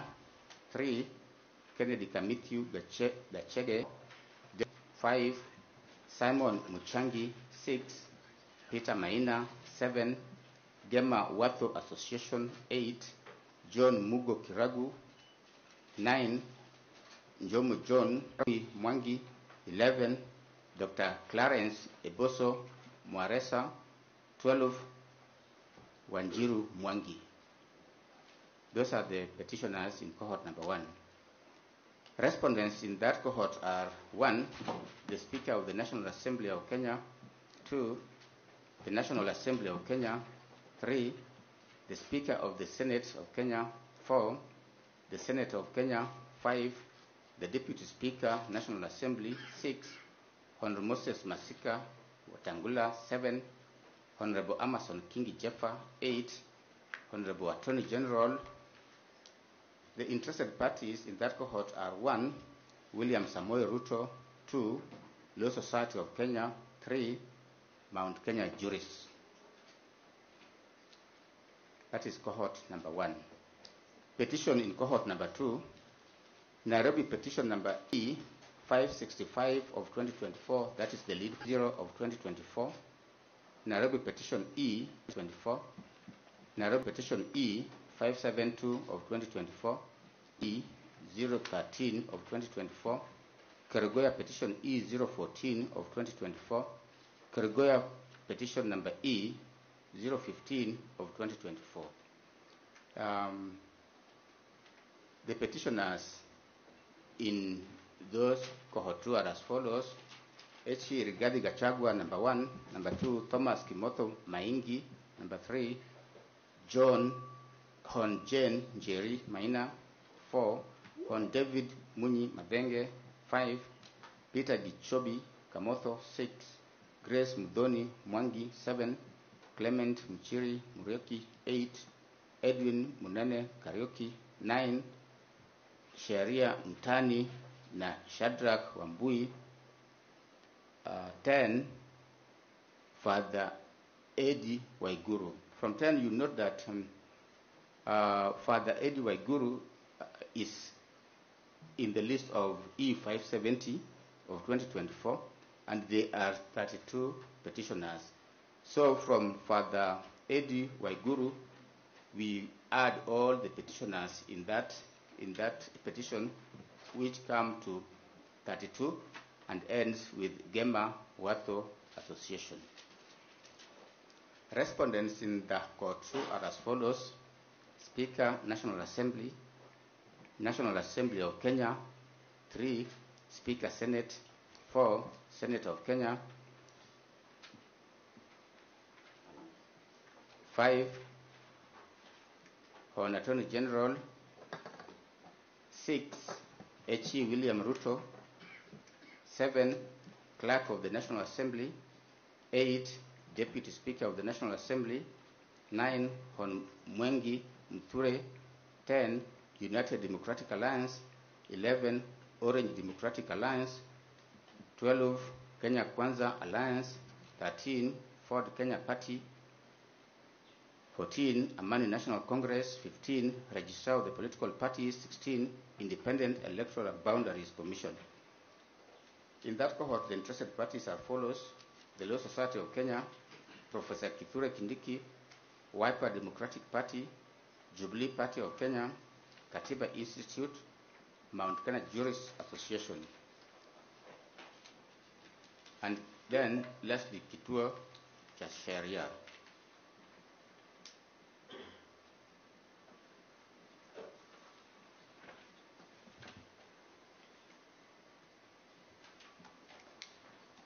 Pursuant to those, we direct that all filings and service of documents shall be done electronically through the court's electronic portal in the respective court's lead files.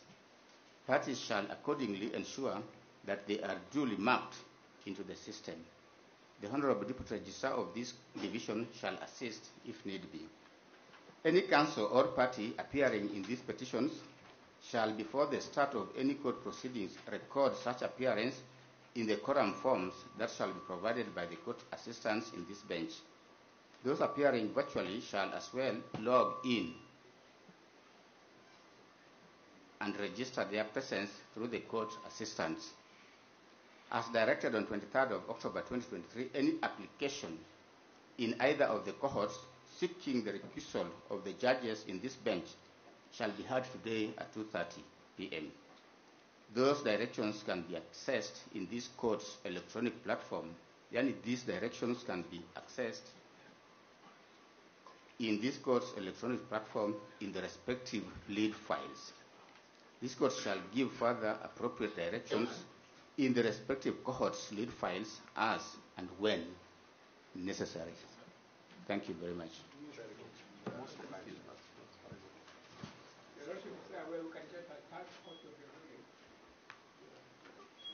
The directions, subject to amendments which have come from you, will amend it and then upload it. Yes, my Lord, with your kind permission, if we may be allowed to address the court. My Lord, we had given the fact, my Lord, that our interpretation is that those orders would expire on the appointed is meant to be mentioned. Our colleagues' understanding, my Lord, is that the application, in the interest, in the public, we are able to hear the application for in issue, my Lord, of a back raising has readings before you.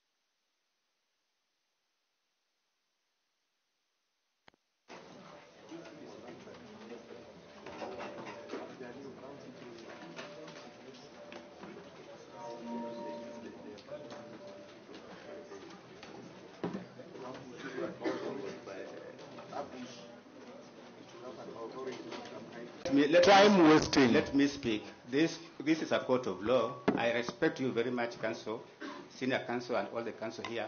But please let us appreciate that this is a court of law. And when directions are made, please let's respect those directions. I'm making this direction. We have allocated time. Should it become necessary for one party to ask for more time, we will consider that. Thank you. My Lord, the first application ought to have been disclosed, given that King Exponents was a gift-bearing guest at the traditional wedding or not. In this case, we know because the photograph depicts a gift. Yesterday are matters of appeal, and therefore they should. Which never featured during the proceedings. My Lord, in my notes, I captured that when he was talking about all these issues, he talked about the internal memo. My Lord, well, if he says he didn't, let me hope I imagined it. I can pass it. But that's what my note says. I don't mind. We can't fight over a memo. And as I said, we are dealing with some other submissions. From the word go, a party appearing before the judges should be able to feel that we have a reasonable chances of success between those judges, but more importantly, that none of the judges is connected to the cause, one, to the cause, or to the individual in which you are in dispute with. My Lord, why is that important? That, my Lord, is important because since Saturday of this week, in fact up to yesterday, but the petitioner says they have been treated to a situation, and a lot of those information people have sent it to my phones because they have seen me on televisions, where we have such a scenario that repeatedly they keep saying we are going to have what is it called? We are going to have a swearing in as soon as these three judges give to those particular orders. My Lord, that cannot create confidence because assuming it is not this case, every party, and we have very many cases here, if somebody you are drinking in a bar says, no, you are going to lose that case before the persons we are appearing before. That, my Lord, is a party. Parties are not lawyers, are not supposed to be sophisticated. That party will be left certainly with a huge, huge problem as to whether actual justice is possible. And it might actually be, my Lord, that whenever else is dealt, the petitioners will win this case. As we expect, we shall win if the petition is heard. My Lord, if that is the case, and that may actually be the case before you, but my Lord, the scenario that is bad and that is prevented by the law is a scenario where the parties lose. Because they will say, well, you are Ahmed Nasir told us, Oscar Sudi told us, Kamket told us, and all these individuals who are saying it was called drama. We are here for entertainment.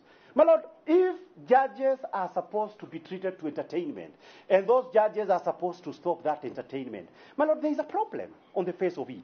There is a notice of appeal that we have filed, and it is part of the supplementary affidavit.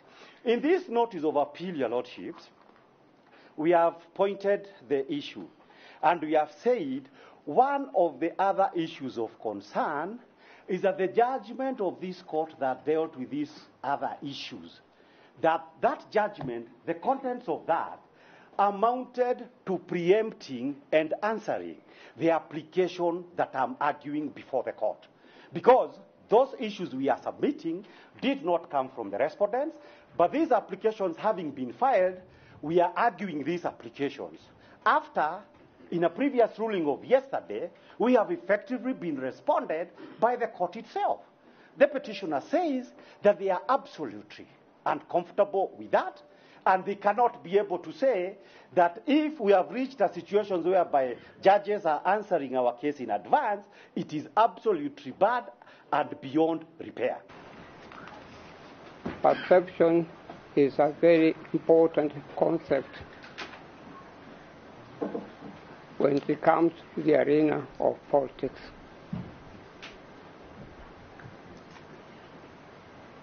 Reality may be completely different. And indeed, I believe it is different. in the case before your lordships. I appear before you very often. I've never entertained any idea about your standing in relation to justice. But the perception now that has been painted by my able, learned friends, clients, Mr. Ndegwanjiru, Mr. Kibe, and Mr. Macharia, that there is a sizable portion of the Kenyan population which will not be happy to hear you sit and listen to this case at all. And may I remind your lordships very respectfully, impeachment is politics of the country. There's no way you can move away from that at all. That there is no basis for the rather elastic test propounded by Dr. Kaminwa, where a judge must automatically recuse himself or herself upon the making of a bare allegation of any of the parties. We have not come across any authority in support of the proposition, and Dr. John Kaminwa did not provide any. On the contrary, decisions abound that judges must not recuse themselves on flimsy and baseless allegations. It is our submission that a claim that the friendship that may exist between a party and a judge because they went to the same school, because they went to the same university, because they come from the same county, that is baseless. It must be demonstrated, like was said in the case of Kaplan and Stratton versus Z Engineering Construction Limited. If disqualifications issues were to be raised, say, because a judge and a member of the bar belong to the same Rotary Club or the same Lions Club or the same sports club, there would be no end to such approaches. There would be no end. In this case, it has not been demonstrated that there is any way in which the independence of any of the judges here can be said to have been compromised. The traditional wedding which the judge then took offense to took place on the 18th of February 2022. So it is clear, and that is clear from a reasonable process of deduction, that the traditional wedding then took place during the currency of the arbitration. That is not the case here. The screen grab that has been produced of Mr. Justice Mrima and the Speaker of the Senate, if we are to believe that it is true, is dated the 9th of October 2021, more than 3 years ago.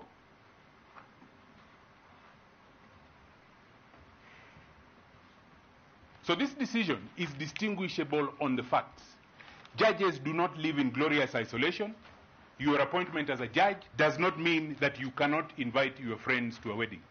On the 9th of October 2021, Mr. Justice Mrima did not know that he would have to go through the torment of sitting on this bench.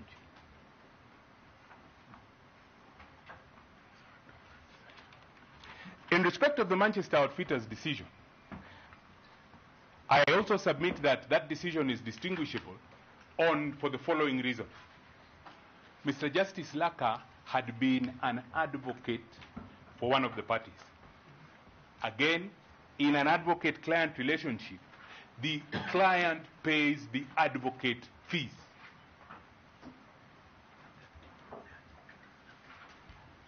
And that relationship is not at play here.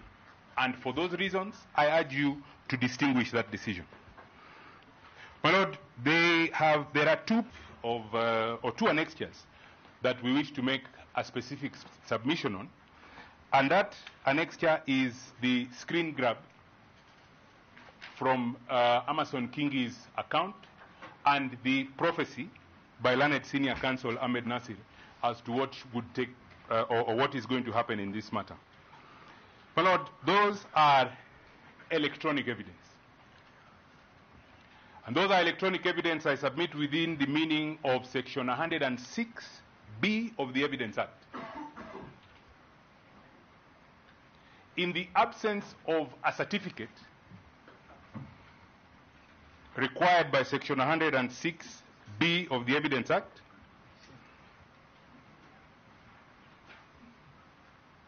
that evidence is not admissible.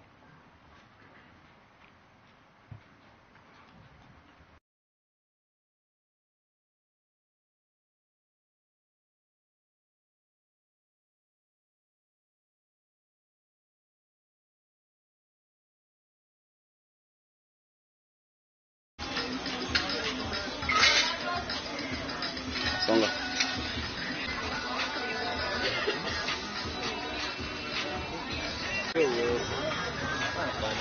Wanajua sana. Hadi akiongea anaongea hiyo kijaluo.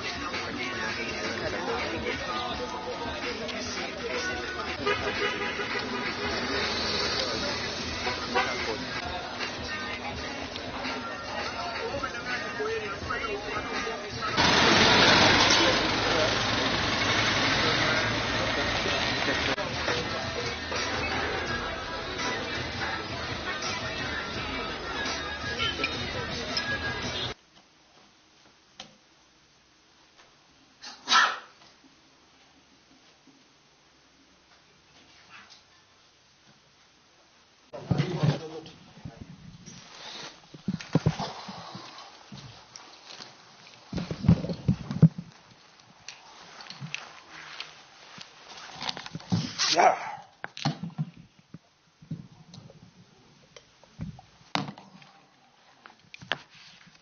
So the reason why I'm here this morning is that I was shocked by some rumors circulating on social media and through the press that I'm still holding title deeds for affordable housing projects in Nairobi.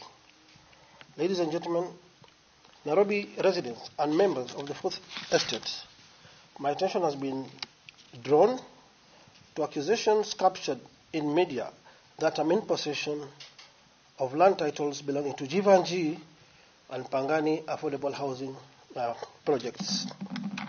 Well, I recommend that the Nairobi City County Assembly for bringing this matter up through the Lands and Urban Planning Committee. I would like from the onset to state the facts in regard to the two projects that were dear to my heart when I was serving as the second governor of this great city.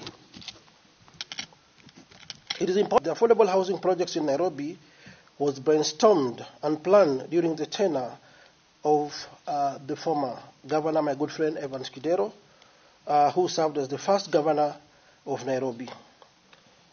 It is during this time that the county government and the national government started collaborating on ways to revamp the 7 old estates in Nairobi. This was to be done through a public-private partnership with the county providing land and the investors allowed to charge an agreed percentage on the property to make their profit.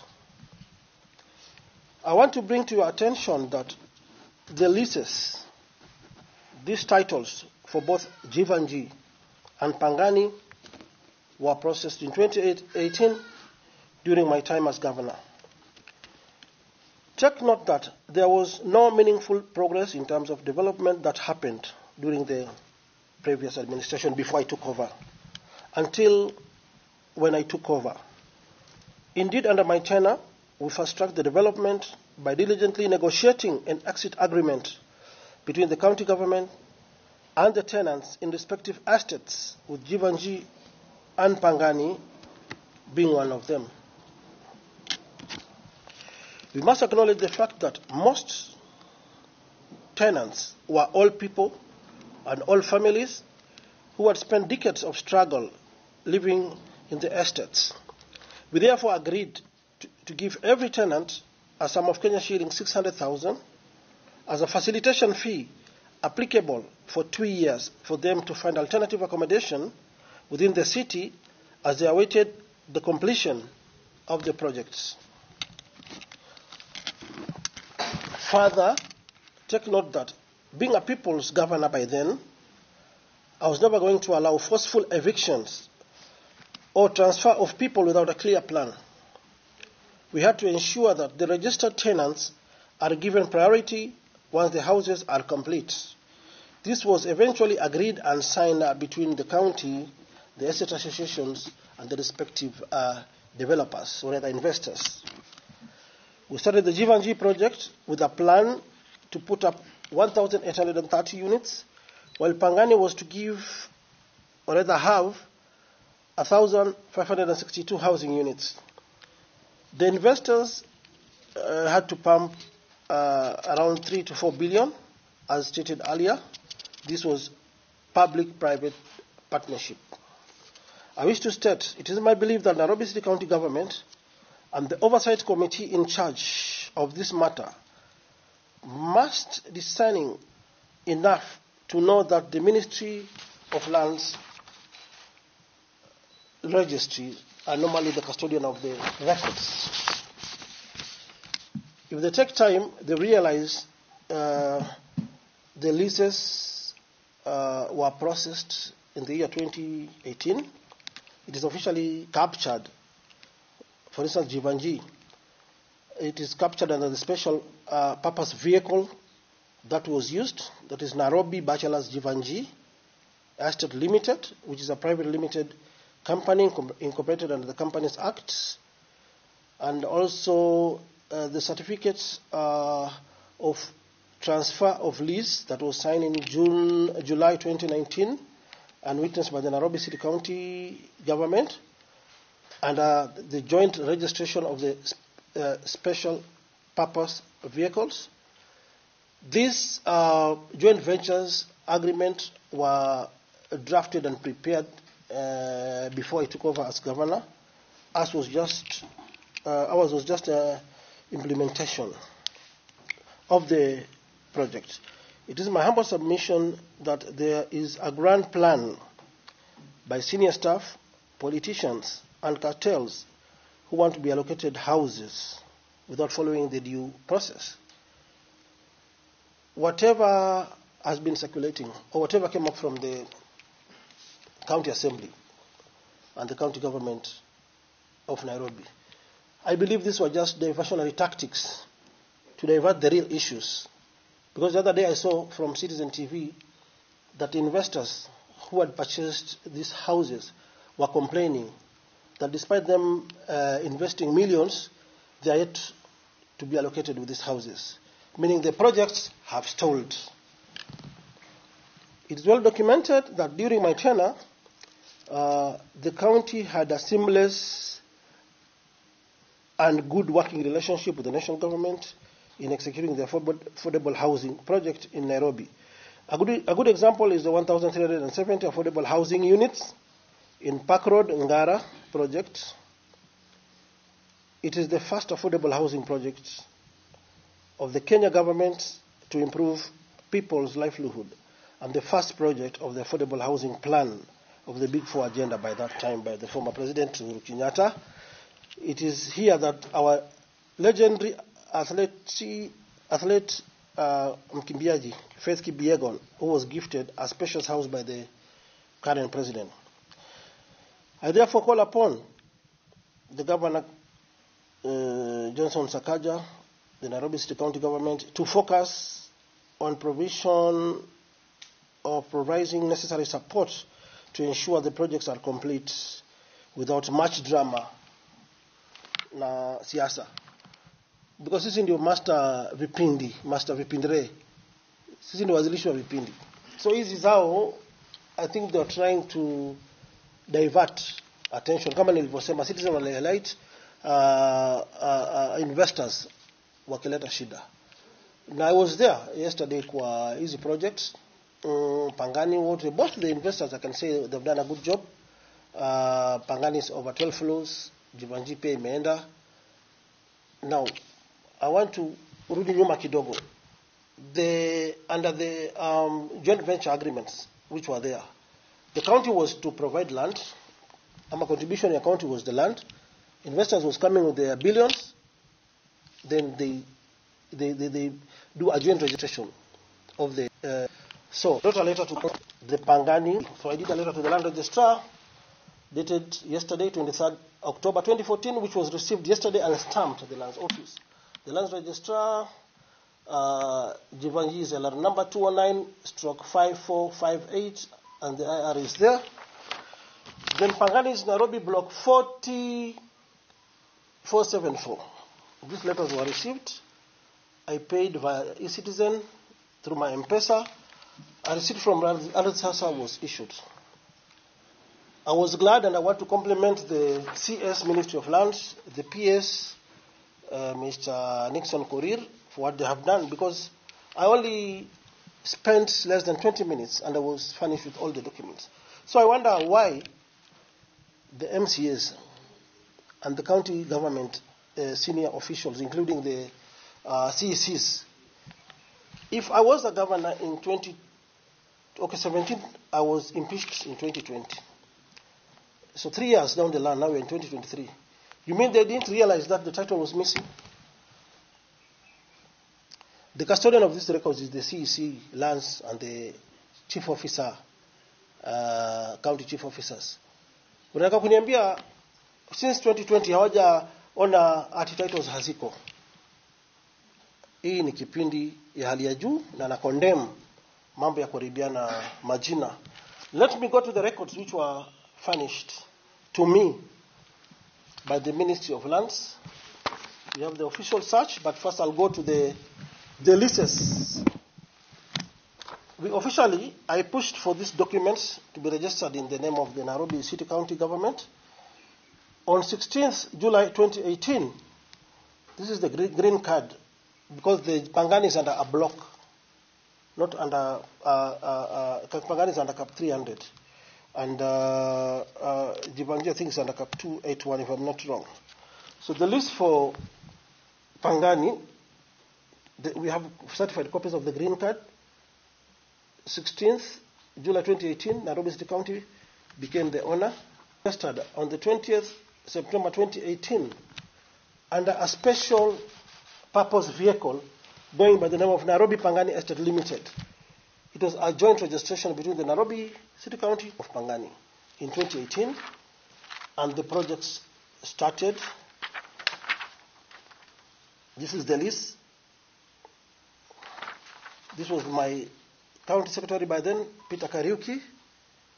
This is the land registrar. So the property was officially transferred.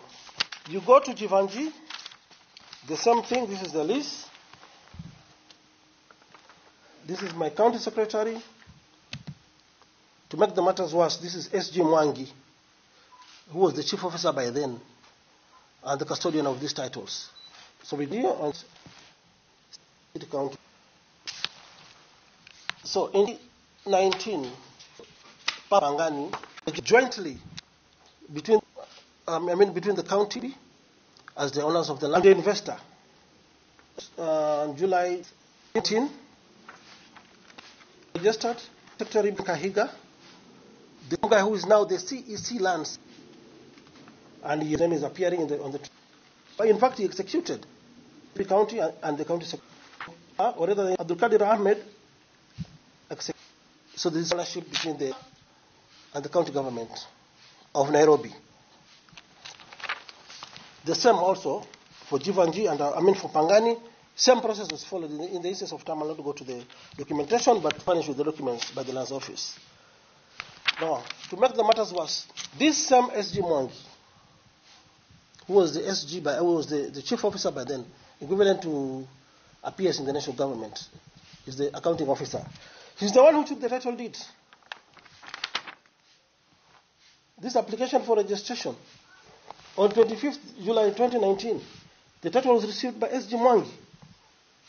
Who has been the custodian of this title for all these years?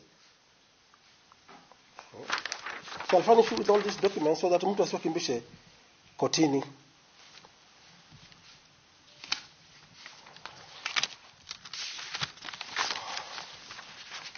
Now, I also realized the county government recently, like 1 year ago, around 19th of April, they put off the house to use the title to go and charge so that they can get funds. This was passed around 19th April 2023. I got it from the county assembly website. It was moved by the Honorable Peter Imatok with the majority leader and seconded by my good friend Anthony Kiragu, who is the minority leader. Now, I think there is something wrong, and I want to tell Governor Sakaja. I think your CECs or your cabinet, they need to go for refresher courses or refresher classes or induction classes. And I don't mind unaanza kuwaleta hapa niwafundishe hapa vile sheria ya mashamba inafanywa. Because mulifanya inventory when you took over, yeah, you should know the kind of properties the county government owns. You should have asked for all these title deeds instead of playing politics with my name. That is what we normally do. Because when I took over from Kidero, I got all these documents. I was in a position to identify these are the county properties, these are not the county properties. So I want to challenge ninyi cabinet mwache kuangusha governor. Sote tunafanyia wananchi wa Nairobi kazi, whether I'm in office or not. Hii ni project ambayo nilianzisha and I'll follow it to the mpaka mwisho. Now, after this resolution was passed, and after I wrote to the lands office, I'm not the originator of these documents. They were furnished by the Ministry of Lands. Mtaka kuniambia hakuna MCA wakati title imepotea angeenda tu hapa Ardhi House kufanya search. Kujua where is the title. Or any minister from the county to go and conduct a search. Kujua mahali hizi documents ziko. But mkaona tu Sonko ni mwizi ndio ameiba hizi documents. I want to prove you wrong and shame on you, all of you. This is the official search. You guys went and charged the property. Ile mnasema Sonko ameiba. The title is with the National Bank of Kenya. You charged it for 1.9 billion Kenya shillings. The charge was registered on 29th May 2023. Was Sonko the governor during this time? This was 3 years after my impeachment. Stop misleading your work. Mmechukua pesa wenyewe. Wapeni watu nyumba. Stop letting the governor down. Shame on you, all of you. And if you don't apologize, ni bahati mlikuwa wabunge, sina right ya kuwasuu. But this is how people work.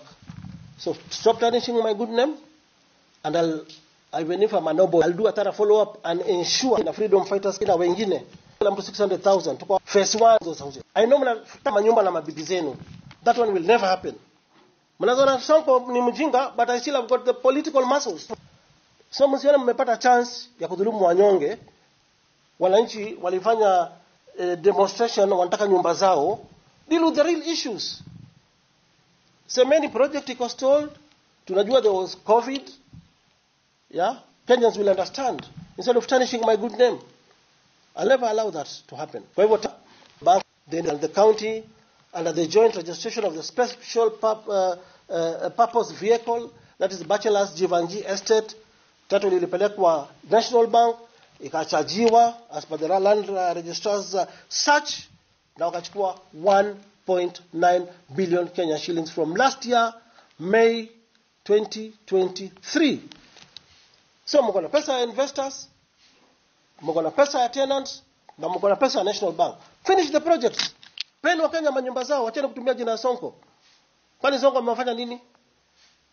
Nimelala na bibi ya mtu hapa county. Toeni majina yangu kwa mdomo wenu. Shame on you again. So that is what I wish to state for now.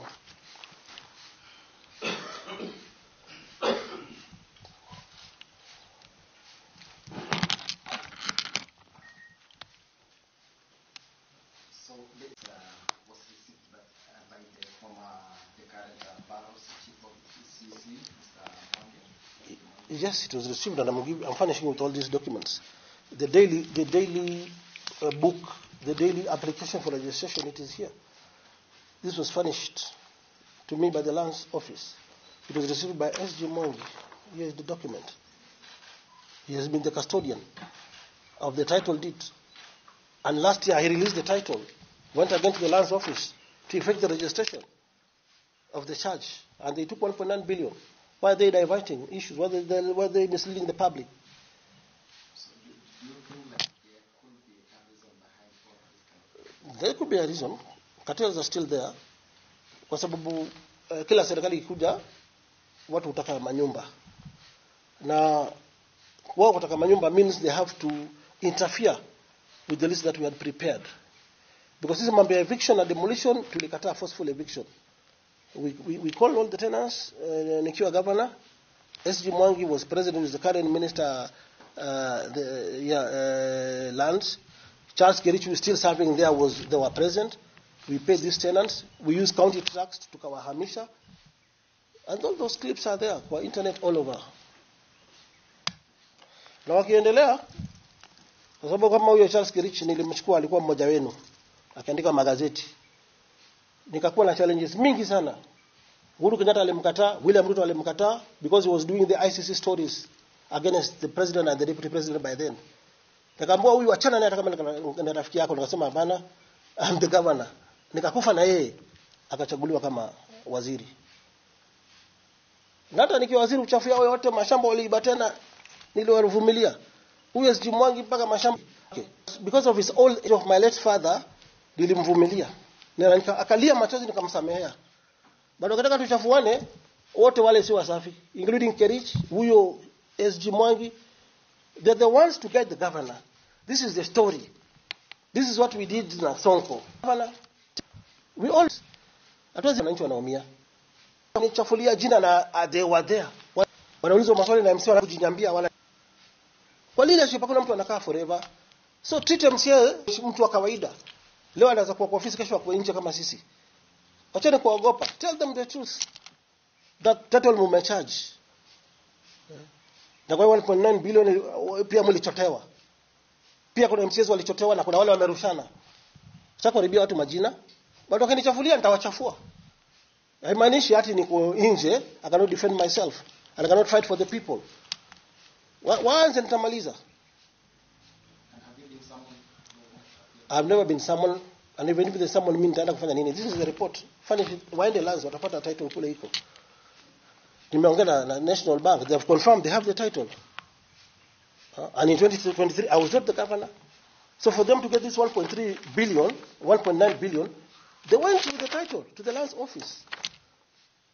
If you look at the charge instrument, the National Bank executed on their part through their legal officers. The county executed. The bachelors, the special purpose vehicle, joint registration, the directors executed. National Bank took the title, it is in their safe. Why are they saying the title is with Sonko? So I rest my case.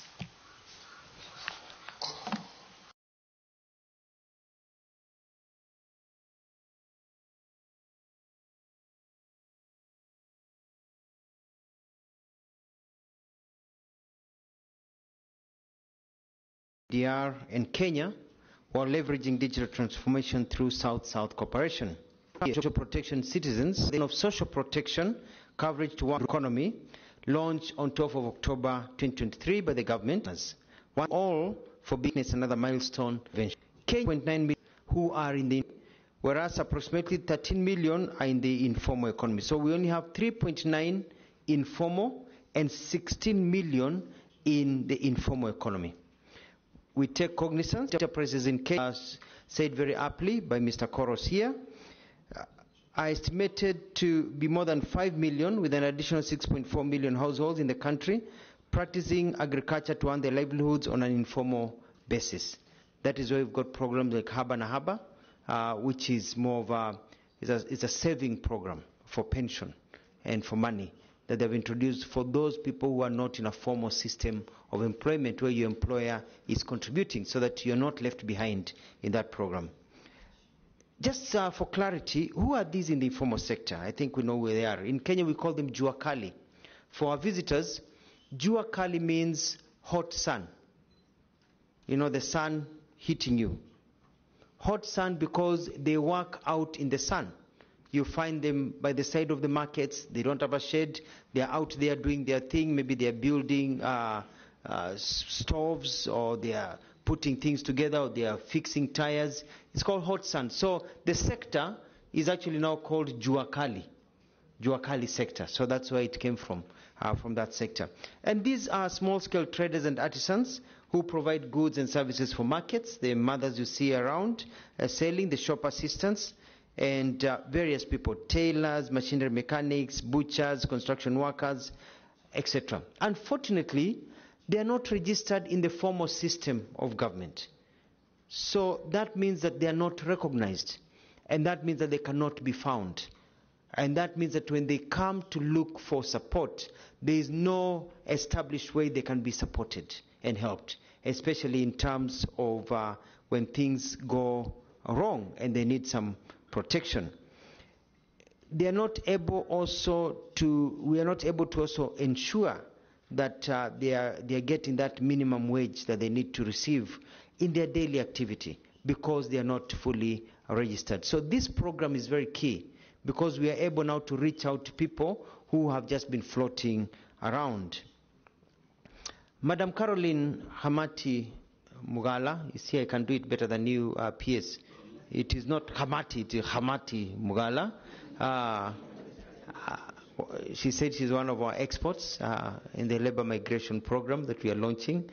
She talked about space and the leading in digital creativity, and what we've been able to do with mobile money and others, and providing these flexible modalities. And I think it's important for us to continue talking about this, how we can get that 85% coming in. I'm not keen on just seminars telling people what they need to do. I look for strategies that actually impact people's lives, so that when there are meetings and everything, people come out of there impacted, where they can have more money in their pocket. So that's a program we will look at in that digital transformation, how we can employ it to improve the lives of our people in that informal sector. Ladies and gentlemen, this current administration has a manifesto called Bottom-Up Economic Transformation Agenda, which means our economy, we want to start from the ground up, not up-down, not the trickle-down one that we used to see before. And in this agenda, we want to improve the socio-economic welfare of all workers.